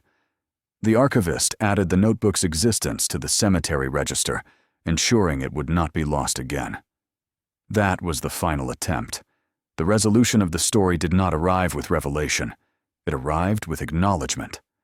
The man's anonymity was no longer treated as a problem to be solved, but as a fact to be preserved honestly. He had lived, he had traveled, he had died. The rest would remain unknowable.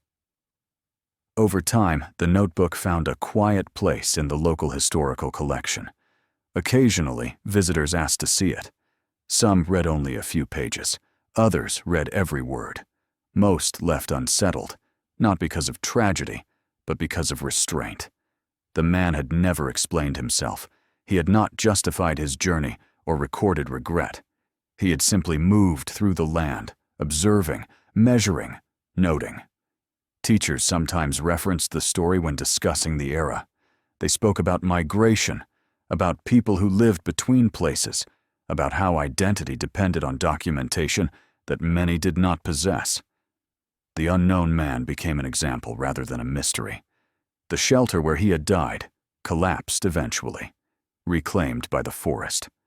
No marker replaced it. The trail shifted slightly over the years, redirected by use and erosion. Travelers passed through without knowing what had once occurred nearby. The town carried on. Children grew old. New roads replaced old ones. The name of the unknown man was never recovered, but his existence was no longer ignored. That became the resolution. Not answers, but remembrance without embellishment. Not closure, but honesty about what could not be restored. The man did not become a legend. He did not become a warning. He did not acquire a story that did not belong to him. He remained what he had been in life, a traveler moving quietly, leaving behind only what he chose to record.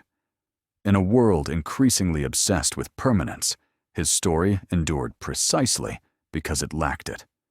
He was not mostly harmless. He was not unknowable by accident. He was simply unknown. And that, at last, was allowed to be enough. In this next story, safety itself becomes suspicious, as a remote shelter meant for rest gains a reputation for silence that hikers still hesitate to explain. The shelter had been standing longer than anyone could remember who built it. Travelers called it a lean-to, though that word suggested intention and care. In truth, it was a rough structure of logs and overlapping planks tucked against a slope where the trees grew close together. It faced away from the prevailing wind and offered just enough protection to keep rain from soaking straight through. For those moving between towns on foot or by mule, it was a known stopping place, mentioned quietly rather than marked. In the early 1900s, people still walked long distances out of necessity.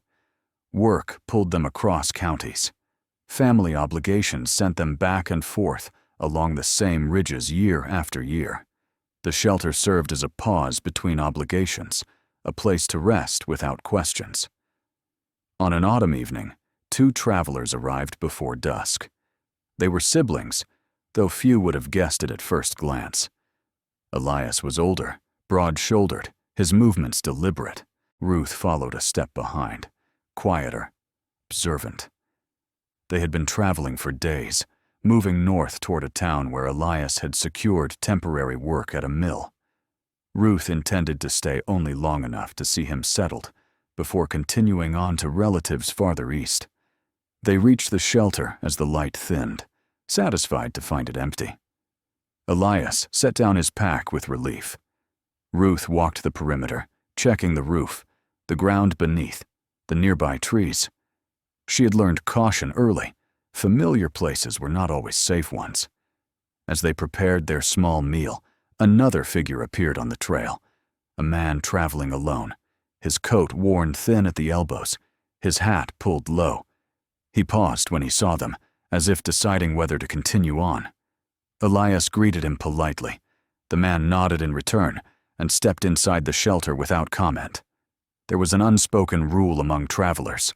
Shared shelter did not require shared conversation. The man kept to one side, arranging his belongings neatly. He did not introduce himself. He did not ask questions.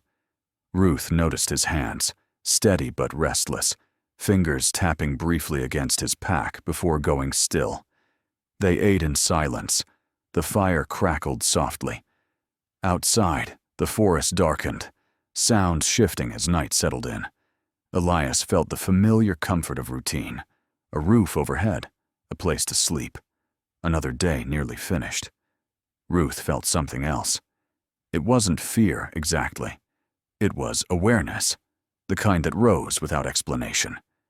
She told herself it was nothing more than fatigue. Traveling wore down the nerves. She focused on small tasks, cleaning up after the meal, checking the fire. The man spoke only once. He asked what direction they were headed in the morning. Elias answered without hesitation. North. The man nodded and said nothing more. As night deepened, the temperature dropped. The three settled into their chosen corners of the shelter. Elias slept quickly, exhaustion claiming him without resistance. Ruth lay awake longer, listening. The man's breathing was slow and measured. The forest outside shifted with quiet movement. Wind passed through branches. Something small scurried nearby. Eventually, Ruth slept. Morning did not arrive as expected. Elias woke to cold air and an unsettling stillness. The fire had burned down to ash. The shelter felt wrong, too empty. He sat up quickly, calling Ruth's name. She did not answer. He searched the shelter, heart pounding. Her bedroll was gone. So was the man's. No footprints marked the ground outside. The leaf cover lay undisturbed. It was as if both had simply vanished. Elias ran down the trail, calling her name until his voice broke. No response came back. By midday, he reached the nearest town and reported what had happened. People listened carefully, exchanging glances. The shelter had a reputation, not for danger, but for stories that never finished properly. Travelers gone, belongings left behind. Questions unanswered. Search parties formed quickly, but without urgency born of expectation. Too many years had taught them how little the woods revealed once silence took hold. The ordinary world of shared shelters and unspoken trust had fractured overnight. And in its place stood a single, unbearable question. How could two people disappear from the same place at the same time, leaving nothing behind except quiet? The town listened to Elias without interruption. He stood near the pot-bellied stove in the general store, hat in his hands, voice hoarse from shouting Ruth's name along the trail. Every detail he offered was weighed carefully, not because the people doubted him, but because they had learned how fragile memory became when fear took hold. They asked the same questions more than once. What time did they arrive? Where each person slept? What the stranger had said? Whether Ruth had seemed uneasy? Elias answered as clearly as he could, though the night replayed itself in his mind with gaps he could not fill. He remembered her caution. He remembered the man's quiet presence. He remembered nothing that explained her absence. By afternoon, a small search party formed. There was no formal command, no uniforms, just men who knew the woods and women who prepared food for those who would be gone until dark. Rifles were left behind. Lanterns were carried. The assumption was not violence, but misadventure, a wrong turn, a fall, a delayed return. They returned to the shelter first. The structure stood unchanged. No signs of struggle, no broken branches. The fire pit cold, ash undisturbed. Ruth's blanket was gone, as Elias had said. So was the stranger's pack. The ground around the shelter told no story. Leaf litter lay thick and forgiving. erasing tracks before they could form. The search expanded outward in widening arcs. Men called Ruth's name. Others scanned the ravines below the trail. Hours passed without result. As the sun dropped, unease replaced optimism. Elisai watched the forest swallow voices and light, realizing how easily someone could vanish without resistance. By the second day, talk began to shift. Someone recalled another disappearance years earlier, a man who never reached the next town. Another mentioned a woman who had left a shelter at dawn and was never seen again. The details were vague, inconsistent, but the pattern unsettled those listening. The shelter, it seemed, did not create danger. It concealed it. Attention turned to the stranger. Descriptions circulated quickly. A man traveling alone. Quiet. No name given. No clear origin. That detail troubled people more than anything else. Travelers often shared where they were headed. This man had not. He had asked questions but offered nothing in return. Elias struggled with guilt. He replayed the moment the man asked about their route. He had answered without hesitation. The thought gnawed at him. Had he offered something valuable without realizing it? Had his openness invited what followed? The search continued for days, then weeks. It found nothing. Ruth's belongings never surfaced. No clothing, no signs of injury. The stranger was not seen again along any known route. Notices were posted in nearby towns, but they carried little weight. People traveled frequently. Names were not always exchanged. Absence alone was not proof of wrongdoing. The confrontation deepened quietly. Suspicion settled into the town like dust. People spoke more cautiously. Travelers eyed one another longer before sharing shelter. Parents warned daughters not to sleep near strangers. The unspoken code of trust fractured. Elias remained, unable to leave. He joined every search effort. He followed rumors that led nowhere. He questioned travelers passing through, studying faces for recognition that never came. Over time, his presence shifted from hopeful to haunting. He was a reminder of something unresolved. Eventually, the town acknowledged what it could not change. The search ended, not with a declaration, but with exhaustion. People needed to return to their own lives. Winter approached. Survival demanded attention elsewhere. The shelter remained standing. No one destroyed it. No one marked it. They simply stopped recommending it to travelers. Silence replaced warning. Those who knew avoided it.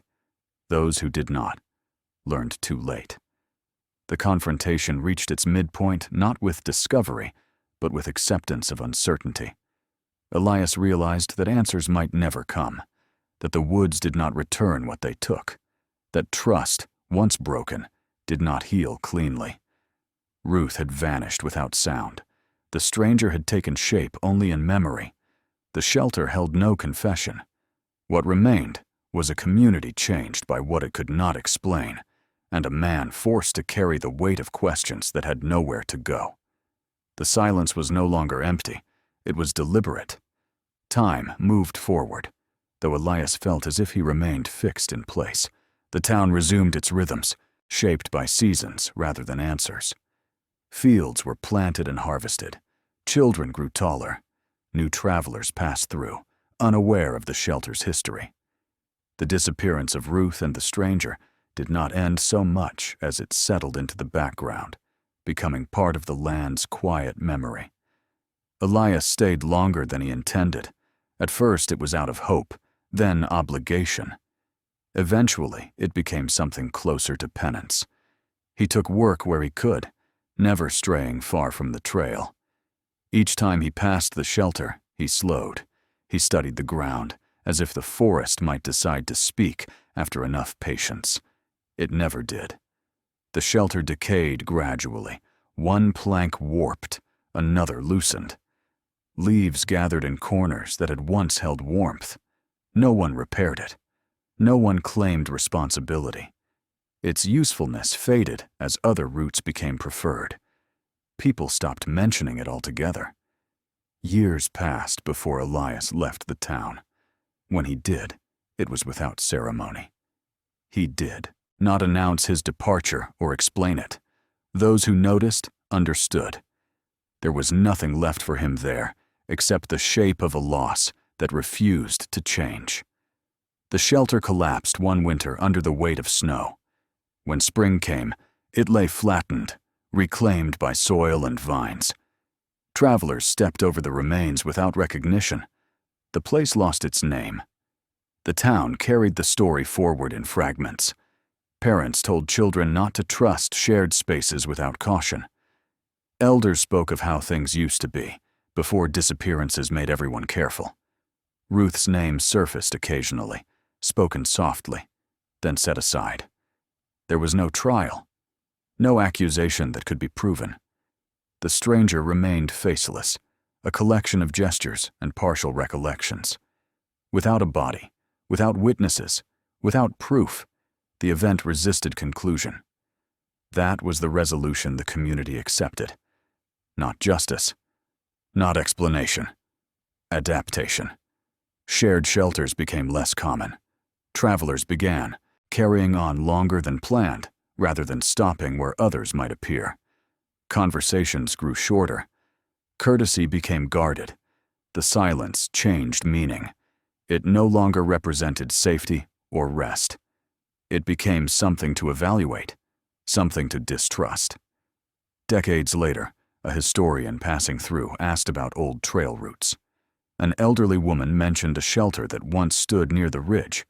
She spoke of 2 travelers who vanished, though she could not recall the year.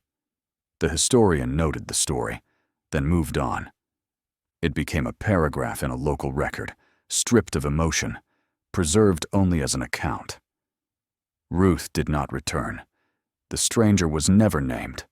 Elias was remembered as the man who stayed too long, searching for something the land refused to yield. The resolution was not a moment. It was a shift, a shared understanding that some places did not reveal what happened within them.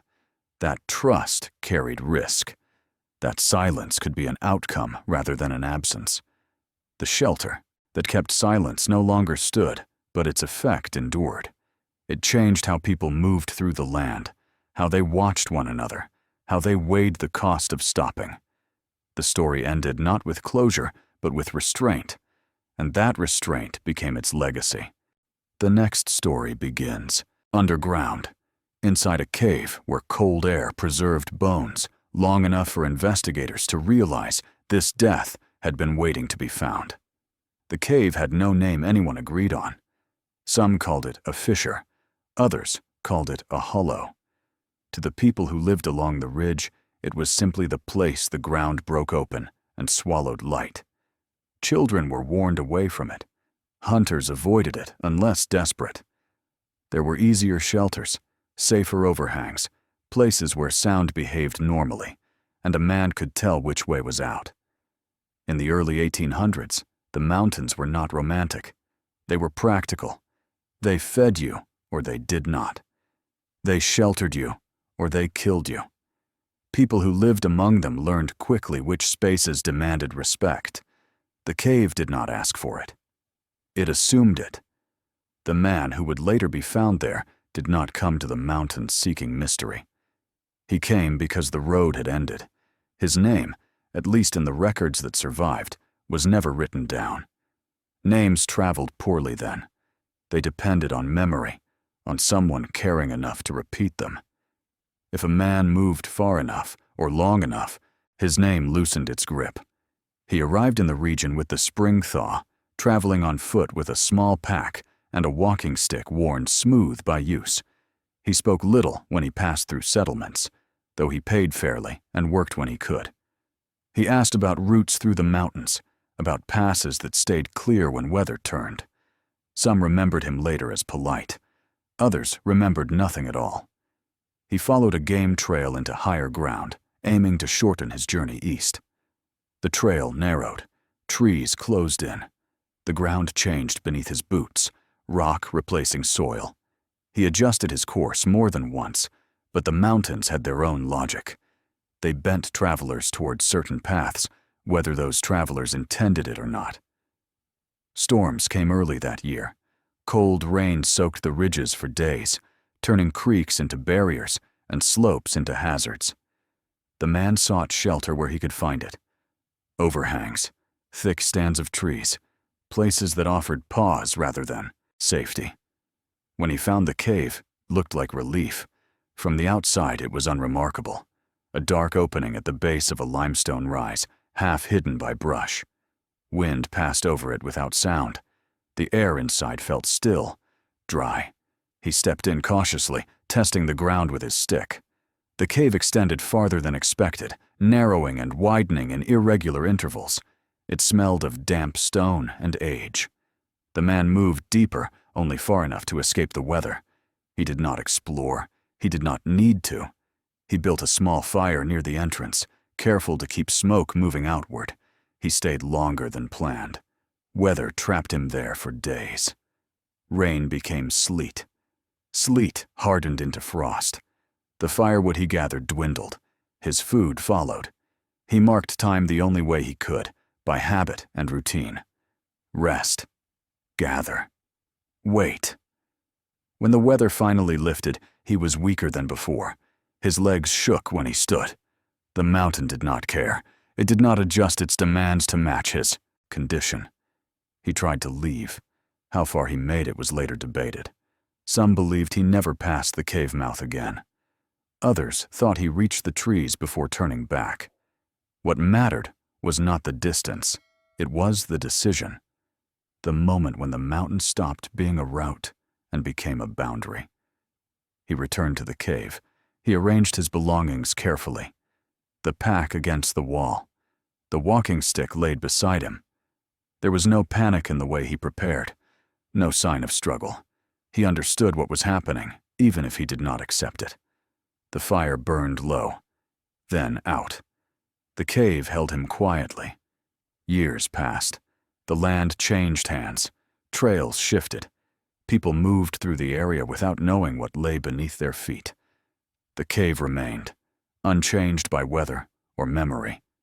It waited. The bones were discovered decades later by men cutting stone nearby.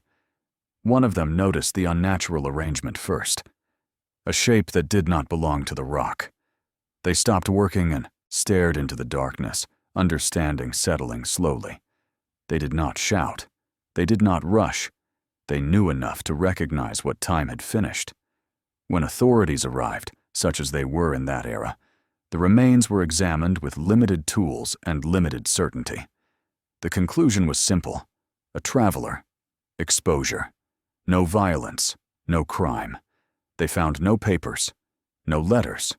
No mark that could return the man to the world above ground. The cave had done what it always did. It kept what entered it. And with that discovery, the ordinary understanding of the land shifted. The mountains were no longer just obstacles or resources. They became keepers of stories that did not ask to be told. This was not a tale of disappearance. It was the beginning of one. And the cave, patient and unchanged, had already claimed its role. The discovery did not travel quickly. In the early 1800s, news moved at the speed of boots and weather. The men who found the bones finished their work in silence that day, then rode to the nearest settlement before nightfall. They spoke carefully, choosing words that did not exaggerate what they could not explain. By the next morning, a small group returned to the cave. A magistrate, a local physician, whose experience with death came mostly from illness and farm accidents. 2 men who knew the land well enough to navigate it without markers. They brought lanterns and rope. Tools meant more for reassurance than certainty. Inside the cave, the air felt heavier than it had the day before. Light reached only so far, leaving the rest untouched. The bones lay where they had been found, undisturbed. The arrangement suggested intention rather than collapse. Whoever the man had been, he had chosen where to stop. The physician examined the remains with limited means. He noted the lack of trauma. No shattered bones. No marks of violence. The clothing was worn but intact. The pack held nothing identifying: a bit of dried food, a folded scrap of paper blank on both sides. The walking stick bore marks from long use, not from a struggle. The conclusion was straightforward: exposure and exhaustion. The mountains claimed another traveler. That explanation satisfied procedure, but not curiosity. People asked questions anyway. Where had the man come from? Why had no one reported him missing? Why had he entered the cave rather than continue down the ridge? Each question revealed the same answer: no one knew. The landowner nearest the cave worried about what the discovery might mean. Rumors carried weight in a time when reputation mattered more than records. He feared the land would be avoided, its value diminished by association. Others dismissed the concern. Death, they argued, followed men everywhere. The cave was not to blame. Still, word spread. Hunters spoke of it when they gathered. Teamsters mentioned it along the road. The cave gained a presence beyond its physical space. People imagined it differently now. Not as shelter, but as boundary. A place where decisions ended. Authorities faced a dilemma. There was no framework for an investigation that could not proceed. No name to pursue. No family to notify. The magistrate recorded the finding in a ledger already crowded with incomplete entries. A man found deceased in a cave. No identification. Cause likely exposure. The remains were removed with care and buried nearby, the grave marked simply. No name. No dates beyond the season. Those who attended the burial did so quietly. They did not speculate aloud. The mountain had already said enough. As weeks passed, the confrontation shifted away from the bones and toward memory. People disagreed on details almost immediately. Some insisted the man had been young. Others claimed he was older. A few said he carried the look of a soldier. None of these impressions could be proven. Each told more about the speaker than the subject. The cave itself became a point of avoidance. Travelers altered their routes slightly, adding hours rather than passing too close. Parents warned children not to wander near the limestone rise. The warning did not include explanation. Explanation was unnecessary. A year later, a trader passing through claimed to recognize the walking stick described in town. He thought it belonged to a man he had seen months earlier heading east. The description was vague, the timeline uncertain. Nothing came of it. The confrontation reached its midpoint when the town accepted that no further clarity would come. The case could not be advanced because there was nothing to advance. The mountain had taken a life and returned only evidence of its end, not its beginning. That acceptance did not bring peace. It brought restraint. People learned to read the land differently. Caves were no longer neutral features. They were assessed, approached with caution, entered only when necessary. The mountains had demonstrated their indifference in a way that could not be ignored. The cave did not change. It did not collapse or deepen. It did not mark itself as dangerous. It remained what it had always been, a hollow in stone. What changed was how people understood it. The confrontation was not between men and mystery. It was between certainty and humility. And humility, in the end, was the only position the mountains allowed. The cave did not remain a place of interest for long. In the early 1800s, attention moved where necessity demanded it. Crops failed. Roads washed out. New disputes replaced old ones. The unnamed man in the cave became a story told less often, then only when prompted, then hardly at all. The grave remained, though it changed shape over time. The wooden marker weathered and split, its lettering fading until nothing remained but grooves. Grass grew unevenly over the mound. Those who passed by knew someone lay there, but not who. The land absorbed the fact without ceremony. Years passed, and the region shifted in ways the man could never have anticipated. Settlements expanded, trails widened into roads. New families arrived who had no memory of the discovery. The cave remained untouched, avoided out of habit rather than fear. Few remembered why it was avoided in the first place. Occasionally, someone asked about it. An elder would answer briefly. A traveler once died there. Exposure, most likely. No one else entered the story. No explanation followed. The details were unnecessary. The lesson had already been learned. The cave's role in the community became symbolic rather than factual. It represented the point at which intention yielded to limitation. It was a reminder that not every journey could be completed, and not every life left a trace strong enough to be carried forward. The bones themselves were not discussed again. They had been returned to the ground, where they belonged. What lingered was the absence of a name. In a time when identity depended on recognition, the unknown man represented a failure shared by everyone who might have known him and did not. As decades passed, the story thinned further. Some versions claimed the man had been a surveyor. Others said he was fleeing something.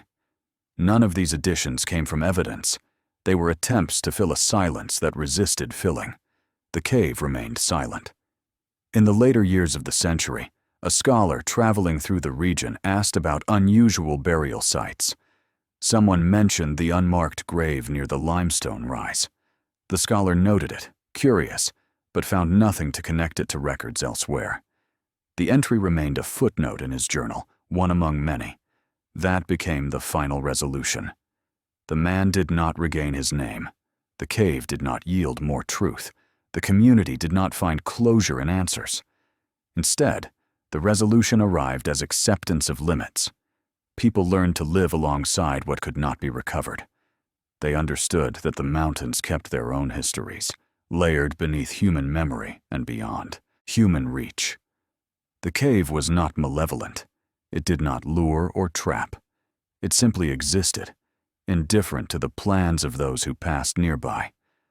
The story of the bones faded, but the caution remained. Travelers approached unfamiliar ground more carefully. They measured weather with greater respect. They understood that shelter could become confinement if chosen without margin. The cave was eventually marked on maps, though without annotation. Just a hollow in the rock, no different than any other to someone who did not know. Those who did know required no warning. The resolution of the story was not the solving of a mystery. It was the quiet agreement that some stories end without explanation, and that demanding more from the land than it is willing to give only leads to loss. The man in the cave became part of the mountain's memory, not the town's. His bones returned to soil. His journey ended where it could go no further. And the cave, unchanged and unmarked, continued to hold its silence, not as a threat, but as a boundary that had been crossed once and would not be crossed carelessly again. This next story follows a couple who entered the wilderness together, made one critical decision to separate, and never shared the same ending again.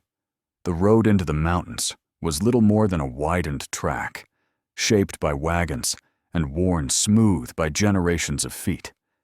It followed the river for a time, then left it abruptly, climbing into higher ground where trees closed in and sound changed. Travelers who chose this route did so deliberately. It was shorter, but unforgiving. Thomas and Eliza had chosen it together. They were not newly married, nor were they strangers bound by convenience. They had known each other since childhood, growing up in neighboring farms, where work dictated the shape of days, and silence often carried more meaning than words. Their decision to travel into the hills was practical on the surface. Thomas had accepted seasonal work beyond the ridge. Eliza planned to stay with relatives once they passed through the mountains. Beneath that practicality, tension moved quietly. The journey was meant to be a pause, a chance to walk together without the weight of others listening. Thomas believed distance would soften their disagreements. Eliza believed it would clarify them. Neither said so aloud. They traveled on foot, carrying modest packs. The path rose steadily, narrowing as it climbed. The forest grew denser, the light filtering through branches in uneven patterns. Eliza walked slightly ahead, her pace brisk. Thomas followed, watching her shoulders tense and relax with each step. They spoke sparingly. When they did, it was about the trail, the weather, the miles ahead. Practicalities were easier than truths. By midday, they reached a high overlook, where the land fell away sharply, revealing layers of distant ridges. The wind moved freely there, carrying the scent of stone and pine. It was a place travelers often stopped, not because it was safe, but because it demanded attention. They rested there, sharing water and bread. The silence between them thickened, no longer neutral. Eliza spoke first. She questioned Thomas's decision to take work so far from home, to uproot plans without consulting her fully. Thomas responded defensively, pointing out necessity, obligation, the limits of choice. The argument unfolded with restraint, but its edges were sharp. Years of unspoken frustration found room to surface. Voices did not rise. They did not need to. The trail beyond the overlook split briefly. One branch dipped lower, following the slope. The other climbed, rejoining the main path farther on. The choice was insignificant to most travelers. To Thomas and Eliza, it became symbolic. Thomas wanted to continue upward, believing the higher path would be safer despite the effort. Eliza argued for the lower route, shorter and easier on her legs.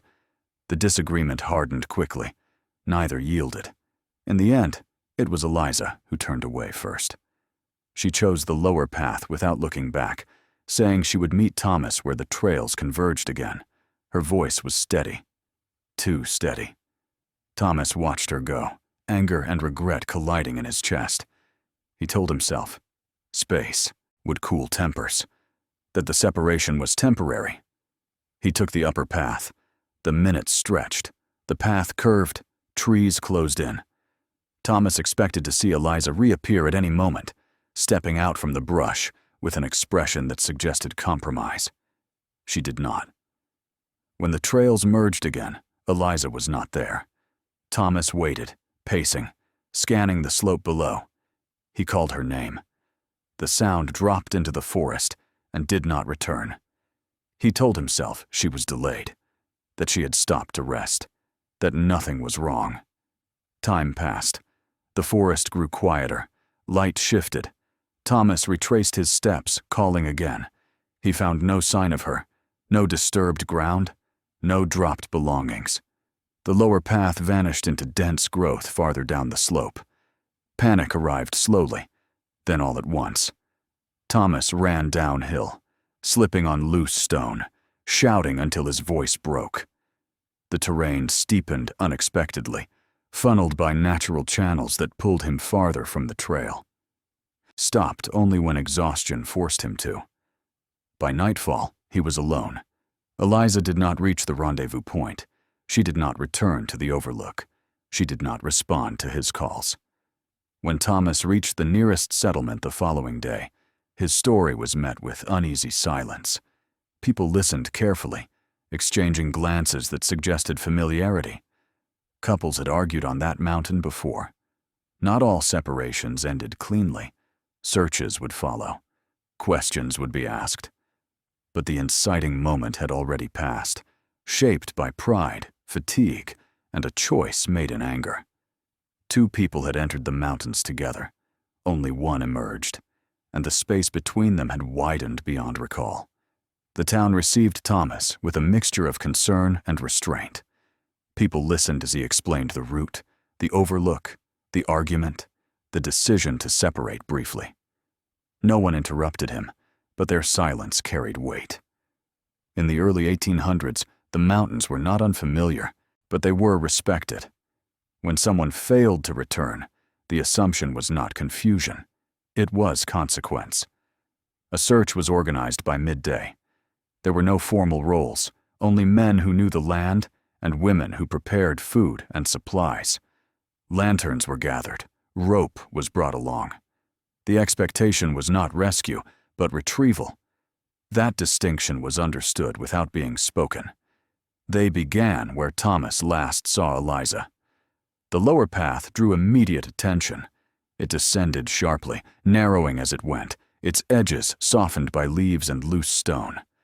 Those leading the search moved carefully, scanning for broken branches, disturbed soil, anything that suggested passage. The ground offered little. The season had been dry. Footprints did not hold. Thomas walked with them, his guilt heavy and immediate. He replayed the argument relentlessly, searching for the moment when he could have chosen differently. He wondered whether Eliza had slowed deliberately, whether she had waited for him to follow. Each thought sharpened the weight he carried. As the search widened, speculation followed. Some believed Eliza might have continued on alone, determined to reach the next settlement without Thomas. Others argued that the lower path was treacherous, especially for someone distracted by anger. A misstep could lead to a fall that would leave little trace from above. They found nothing by nightfall. The following day, the search pushed farther downhill into ravines that twisted out of sight and sound. Calling Eliza's name felt futile, but they did it anyway. The forest absorbed voices easily. Sound dropped away in unexpected ways. Someone could be close and unheard. On the third day, a scrap of fabric was found, caught on a thorn bush near a steep drop. The color matched Eliza's shawl. The find electrified the searchers briefly, then sobered them. Below the drop, the ground fell away into dense undergrowth and rock. Reaching it required ropes and careful footing. They descended slowly. The area below revealed no body, no belongings, only broken brush that could have been caused by animals or weather. The fabric alone could not tell a story. The confrontation shifted inward. Thomas became the focus of quiet scrutiny. People asked the same questions again. Why had he not followed her immediately? Why had the argument reached that point? Why had he assumed she would rejoin him? None of the questions were framed as accusation, but each carried implication. Thomas answered honestly. He admitted his anger, his pride, his belief that time apart would solve what words had not. Each admission felt like an indictment he delivered himself. Weeks passed. The search dwindled. Responsibilities pulled people back to their lives. Eliza's family arrived, grief sharpening their presence. They joined the remaining efforts, walking paths Thomas had already worn thin with his own searching. No further evidence surfaced. The confrontation reached its midpoint not with discovery, but with fracture. Eliza's family did not accuse Thomas openly, but trust dissolved. Conversations grew formal, short. The possibility that he knew more than he admitted lingered without proof. Thomas stayed near the mountain, unwilling to leave. He joined every renewed search, even as hope thinned. The mountain did not respond. It did not reveal. It did not correct assumptions. Rumors began to circulate beyond the town. Some claimed Thomas had pushed Eliza in a fit of anger. Others suggested she had chosen to disappear rather than continue the marriage. Both ideas spread because neither could be disproven. The truth became unstable. By the end of the season, the search was officially abandoned. Not declared finished, simply allowed to end. Eliza's absence became a fact rather than a crisis.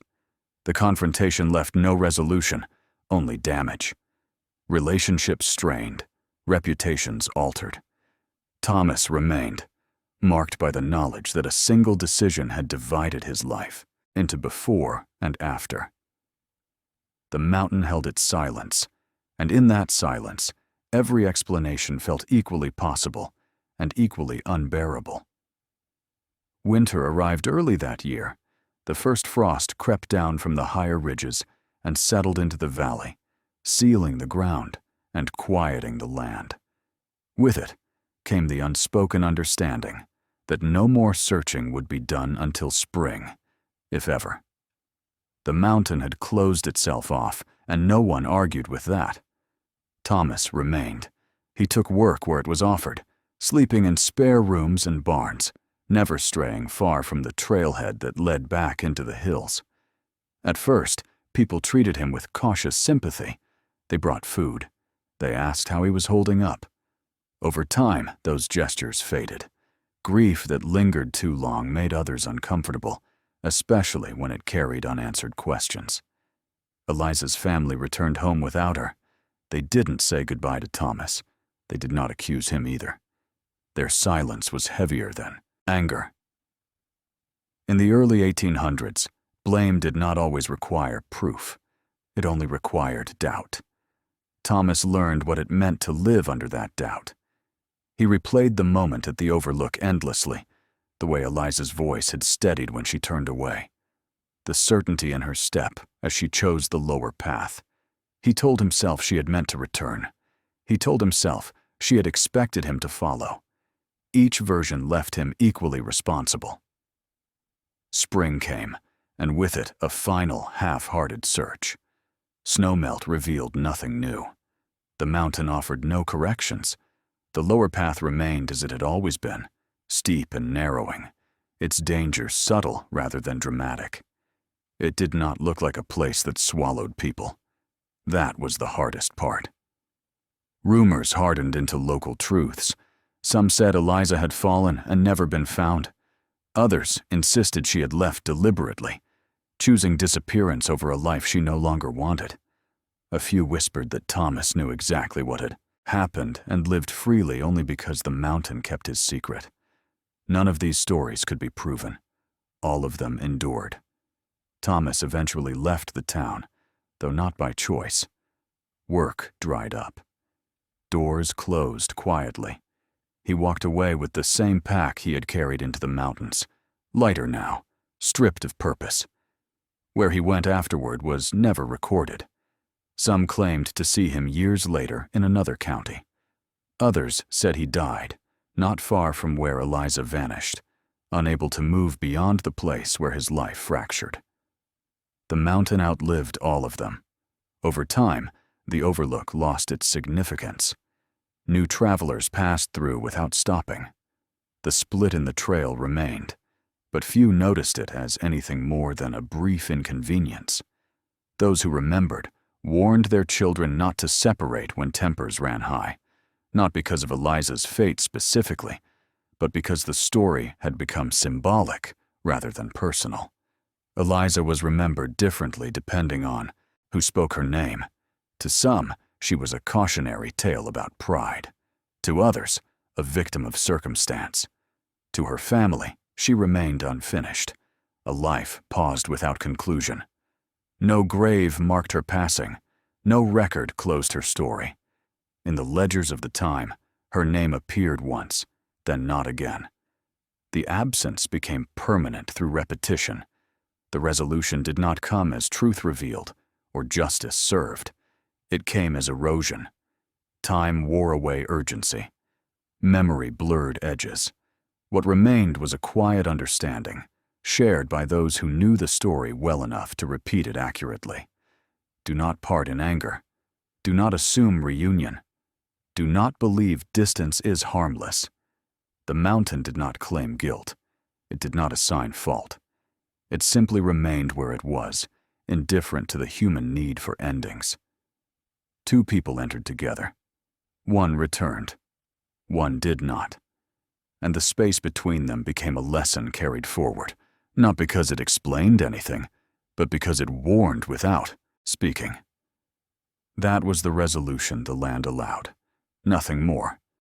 Our next story shifts to what hikers report after sunset, encounters with figures seen only at night, moving just beyond headlamp range, never close enough to identify. The town had no proper name for the ridge at first. It was simply referred to as the High Path, the narrow route that cut through the upper woods and shaved hours off travel between settlements. People used it when they were confident, or impatient, or desperate. By the early 1900s, it had acquired another name, spoken only after dark: the Night Road. During daylight, there was nothing remarkable about it.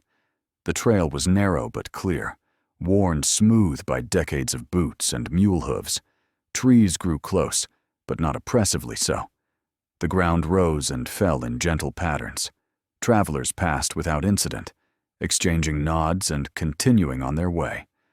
At night, the path felt different. Sound behaved strangely there. Voices carried farther than expected, then vanished without warning. Lantern light revealed less than it should have. Shadows pooled in places that did not make sense. People who walked it after sundown often reported the same unease, a sense of being observed, without seeing anyone who might be watching. Most dismissed it as imagination. The stories began quietly. A farmer returning late claimed he heard footsteps behind him that stopped when he stopped. A delivery boy swore he saw a light moving through the trees, pacing him just beyond the edge of the path. A woman walking home from a neighboring farm insisted she heard voices whispering her name, though no one had been near enough to speak. Each account, on its own, meant little. Together, they formed a pattern. The town's volunteer watch leader, Samuel Price, heard the stories repeatedly before he took them seriously. Samuel was not given to superstition. He had spent years organizing night patrols during lean times, watching for theft or fire. He believed fear thrived on boredom. Still, the consistency of the reports unsettled him. Then a man failed to arrive. Jacob Miller had left the neighboring settlement before dusk, choosing the high path rather than the longer road below. Was expected home before full dark. When he did not arrive by morning, concern spread quickly. Jacob was careful. He knew the route well. He had walked it dozens of times. A small group went looking for him at first light. They found his lantern near the path, unbroken, its wick burned down to nothing. The glass was clean. The placement suggested it had been set down deliberately rather than dropped. There were no signs of a struggle. No footprints beyond the usual traffic. Jacob himself was nowhere to be found. Samuel joined the search immediately. He examined the lantern, noting how little sense it made. People did not set lanterns down and walk away into darkness. Not without reason. The town searched through the day and into the evening. They called Jacob's name. They checked the slopes below the trail. They scanned the trees for signs of a fall. Nothing surfaced. That night, more people came forward with stories. A woman claimed she had seen figures moving along the ridge that night. Jacob vanished. Tall shapes, indistinct, walking where no one should have been. Another man admitted he had avoided the path for months after hearing footsteps that did not belong to anyone he could see. Samuel listened carefully, separating fear from fact. He did not dismiss what he could not explain. He also did not elevate it into something larger than it was, at least, not yet. By the second day, the search widened. Lanterns bobbed through the trees after dark, tracing the path Jacob had taken. The night felt thicker than usual. Sound dropped away abruptly. The forest seemed to hold its breath. One of the searchers stopped suddenly and raised a hand. He said he could hear something moving parallel to them, just out of sight.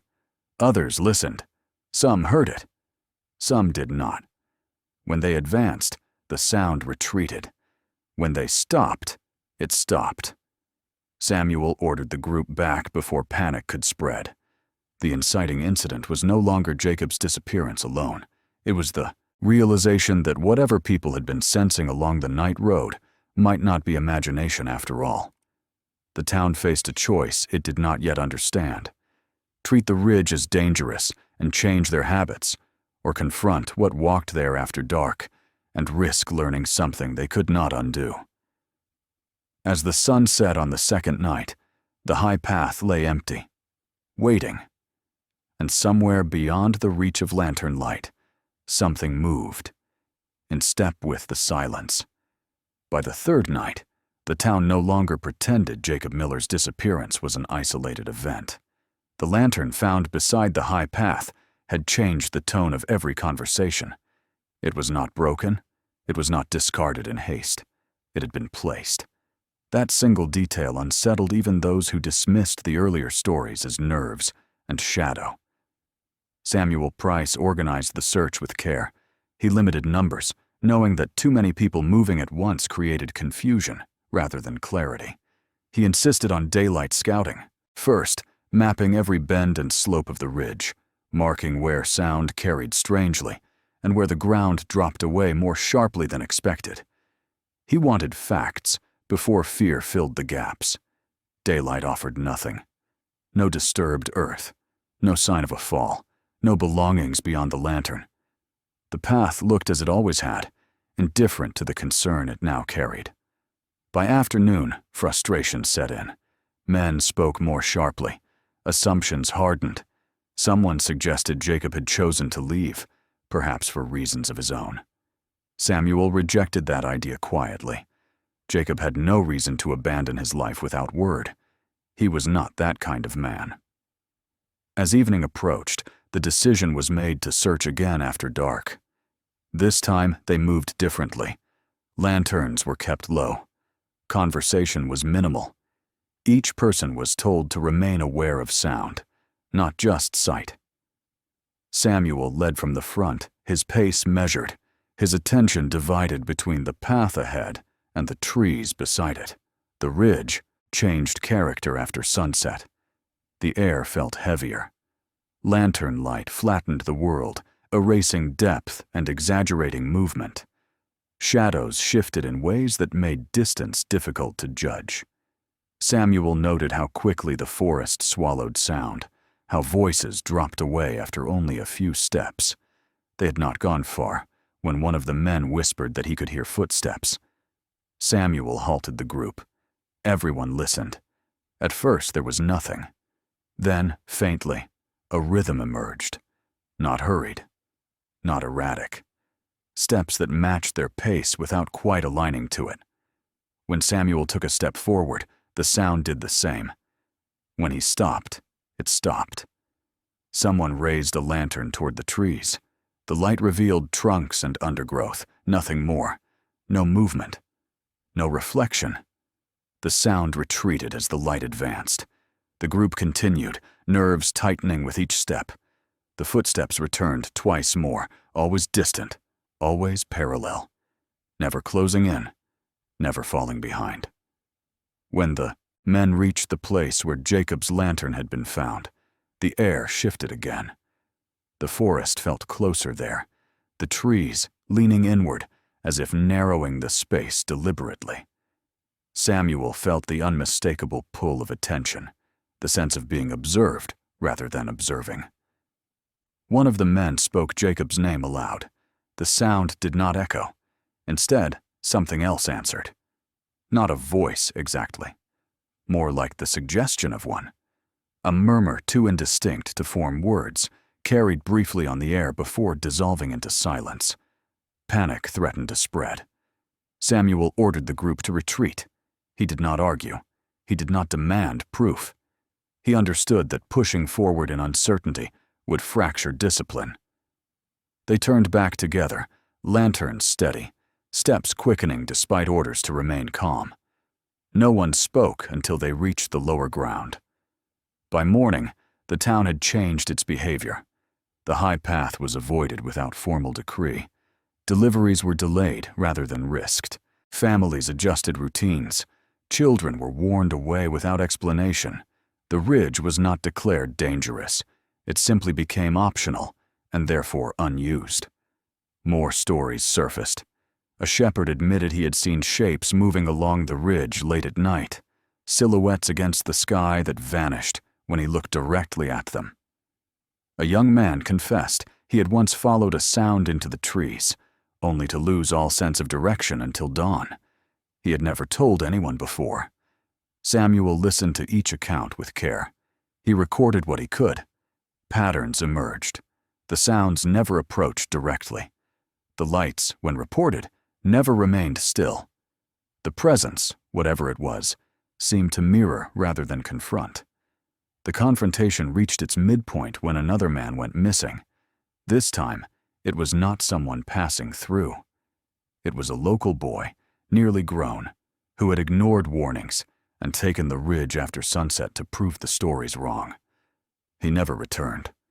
His absence shattered the last resistance to change.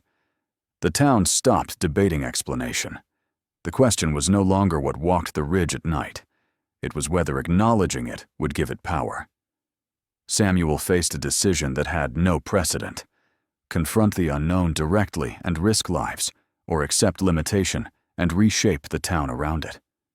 As night fell again, the high path lay empty, unused, unchallenged, and along its length, something continued to move, unopposed, keeping pace with the silence it had learned so well. The decision was never announced, but everyone understood it at the same time. The high path was finished. No signs were posted, no warnings nailed to trees. In the early 1900s, authority did not require explanation when fear had already done the work. People simply stopped using the ridge after sunset. Then they stopped using it altogether.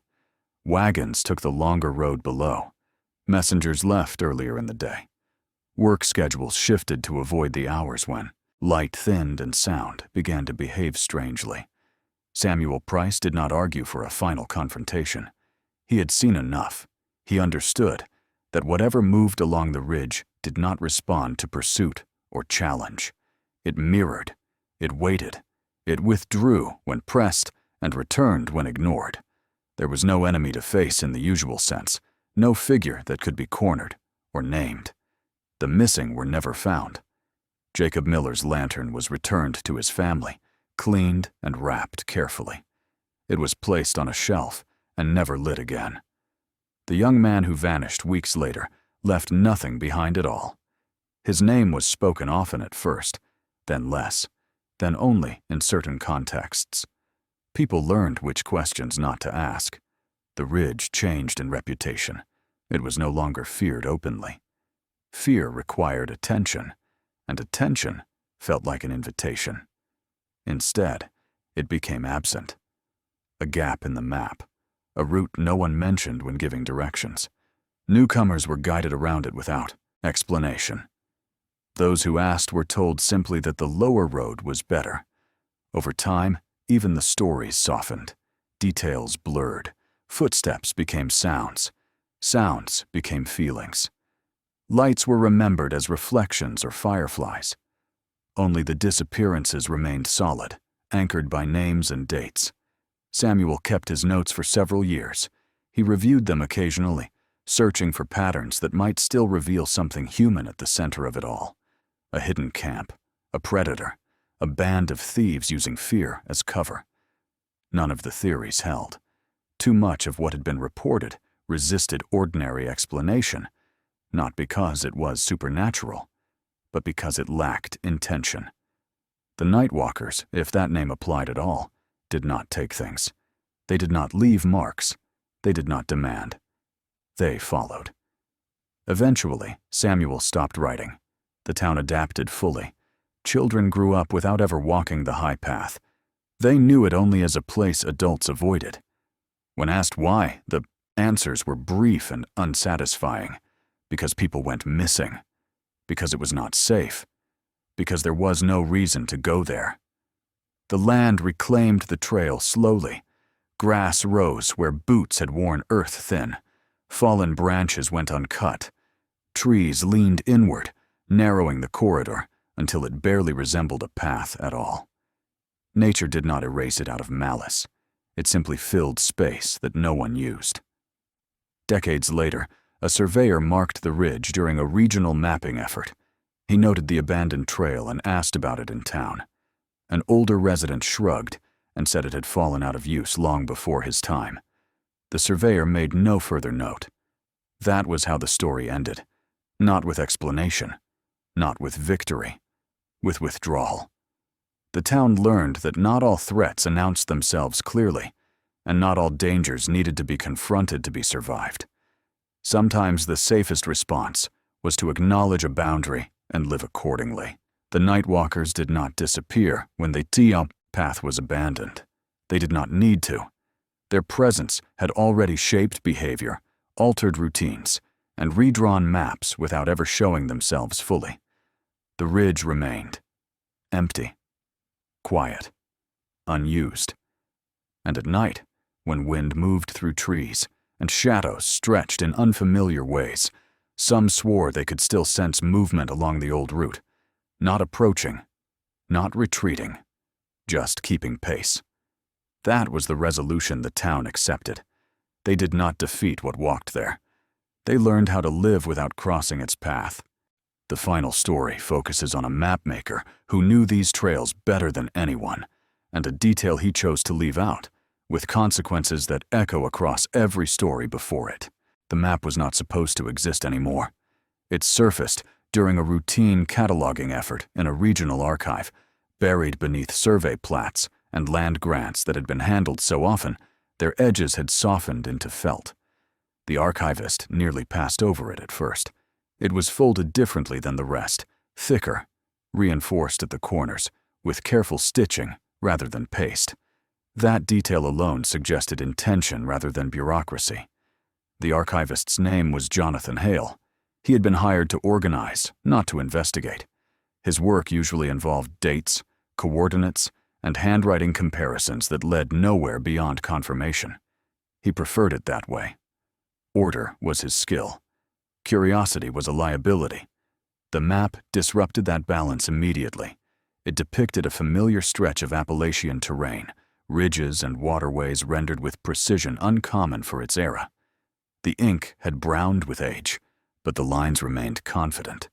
What caught Jonathan's attention were the marginal notes, small symbols, measurements corrected and recorrected, and a series of annotations written in a hand different from the original cartographers. These notes did not describe land. They described absence. One marking, near a secondary trail that no longer appeared on modern maps, was circled repeatedly. Beside it, in faint script, were 3 words. "Stopped counting here." Jonathan checked the date in the corner. The map had been drafted decades earlier, revised several times by the same hand. The name signed at the bottom belonged to a regional surveyor known for accuracy and restraint. A man whose official work showed no trace of speculation. Yet this map was different. Jonathan cross-referenced the location with archival records. There had been a disappearance in that area, not a famous one. No headlines. A lone hiker reported missing. Search conducted briefly. Case closed without recovery. The file was thin. Too thin. The archivist felt the familiar, warning rise. This was not his responsibility. He could catalog the map, note its condition, and move on. That was what he had been hired to do. Instead, he copied the coordinates. Jonathan told himself he needed context. That understanding the map's purpose would help him classify it correctly. He did not admit that the marginal note unsettled him, that it suggested someone had stopped measuring distance and begun measuring something else entirely. The following weekend, he drove toward the mountains. The trailhead was unmarked, accessible only by a gravel road that faded into forest. Jonathan parked and sat in the car for several minutes before stepping out. He was not a hiker by habit. He dressed carefully, checked his phone, and followed the old path slowly, matching terrain to inked lines from the map folded in his pocket. The land matched too well, ridges aligned, streams curved as drawn. The accuracy held even where modern maps diverged. Whoever had revised this map had walked it repeatedly, measuring by movement rather than sight. Jonathan reached the circled point by mid-afternoon. Nothing distinguished it at first. Trees, uneven ground, a slope descending sharply beyond the trail. He nearly turned back, embarrassed by his own expectations, until he noticed the stone. It was set deliberately, not part of the natural scatter. Beneath it, partially concealed, lay a rusted metal box. Jonathan hesitated, then lifted it free. Inside were papers, wrapped in oilcloth, and a smaller notebook bound in leather. The handwriting matched the annotations. The notebook wasn't a journal, it was a record. Distances walked, time elapsed, weather conditions, and between those entries, irregular notes that did not conform to measurement. Trail continues, but does not return. Sound behaves incorrectly here. Maps assume continuity. This does not. Jonathan felt the shift then, the subtle crossing from documentation into warning. The mapmaker had not been charting land. He had been charting failure. Jonathan repacked the box carefully and replaced the stone. He returned to his car as dusk settled, his thoughts racing ahead of his understanding. This was no forgotten curiosity. It was evidence of something deliberately buried, not to hide it from others, but to contain it. The core desire took shape quietly. Jonathan wanted to know why the mapmaker had stopped counting, and whether the man who disappeared nearby had been the reason. The inciting incident was no longer the discovery of the map. It was the realization that someone before him had found something they chose not to finish documenting. And that decision, whatever had driven it, had been preserved with care. Waiting. Jonathan did not sleep well that night. The notebook remained on his desk, closed but present, as if it could alter the room simply by being there. He resisted the urge to read it again. He already knew what unsettled him was not the words themselves, but their restraint. The mapmaker had written like someone who understood the danger of saying too much. By morning, Jonathan convinced himself to proceed carefully. He returned the notebook and the papers to the archive, but not to their original place. He requested permission to examine related survey records under the pretense of verification. No one questioned him. The archive rewarded quiet persistence, not curiosity. He found the mapmaker's name again in official ledgers. Dates, boundaries, contracts fulfilled precisely. Then, abruptly, the entries stopped. No retirement notice, no reassignment, just absence. A man who had measured land for decades vanished from the record without explanation. Jonathan searched regional newspapers from the same period. He found a brief mention of a missing surveyor, reported overdue while working near a secondary trail. The article was small, printed beside advertisements and weather notes. It stated that a search had been conducted for 2 days and abandoned due to terrain. No body recovered. No foul play suspected. The trail marked on the map corresponded exactly. The confrontation shifted from academic to personal when Jonathan returned to the site a second time. He told no one where he was going. He carried the notebook this time, studying entries as he walked. The notes grew more fragmented the closer he came to the circled point. Distances shortened. Time entries repeated. Weather was mentioned even when conditions had been stable.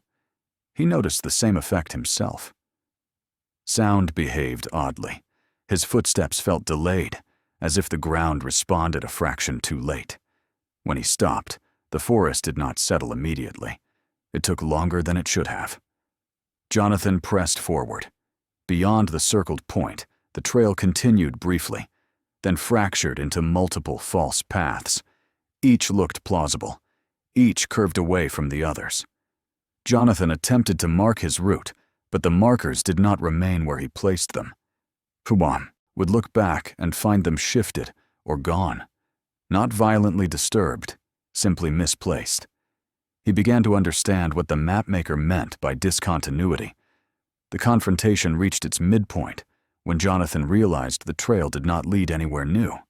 It returned him repeatedly to the same terrain from different angles.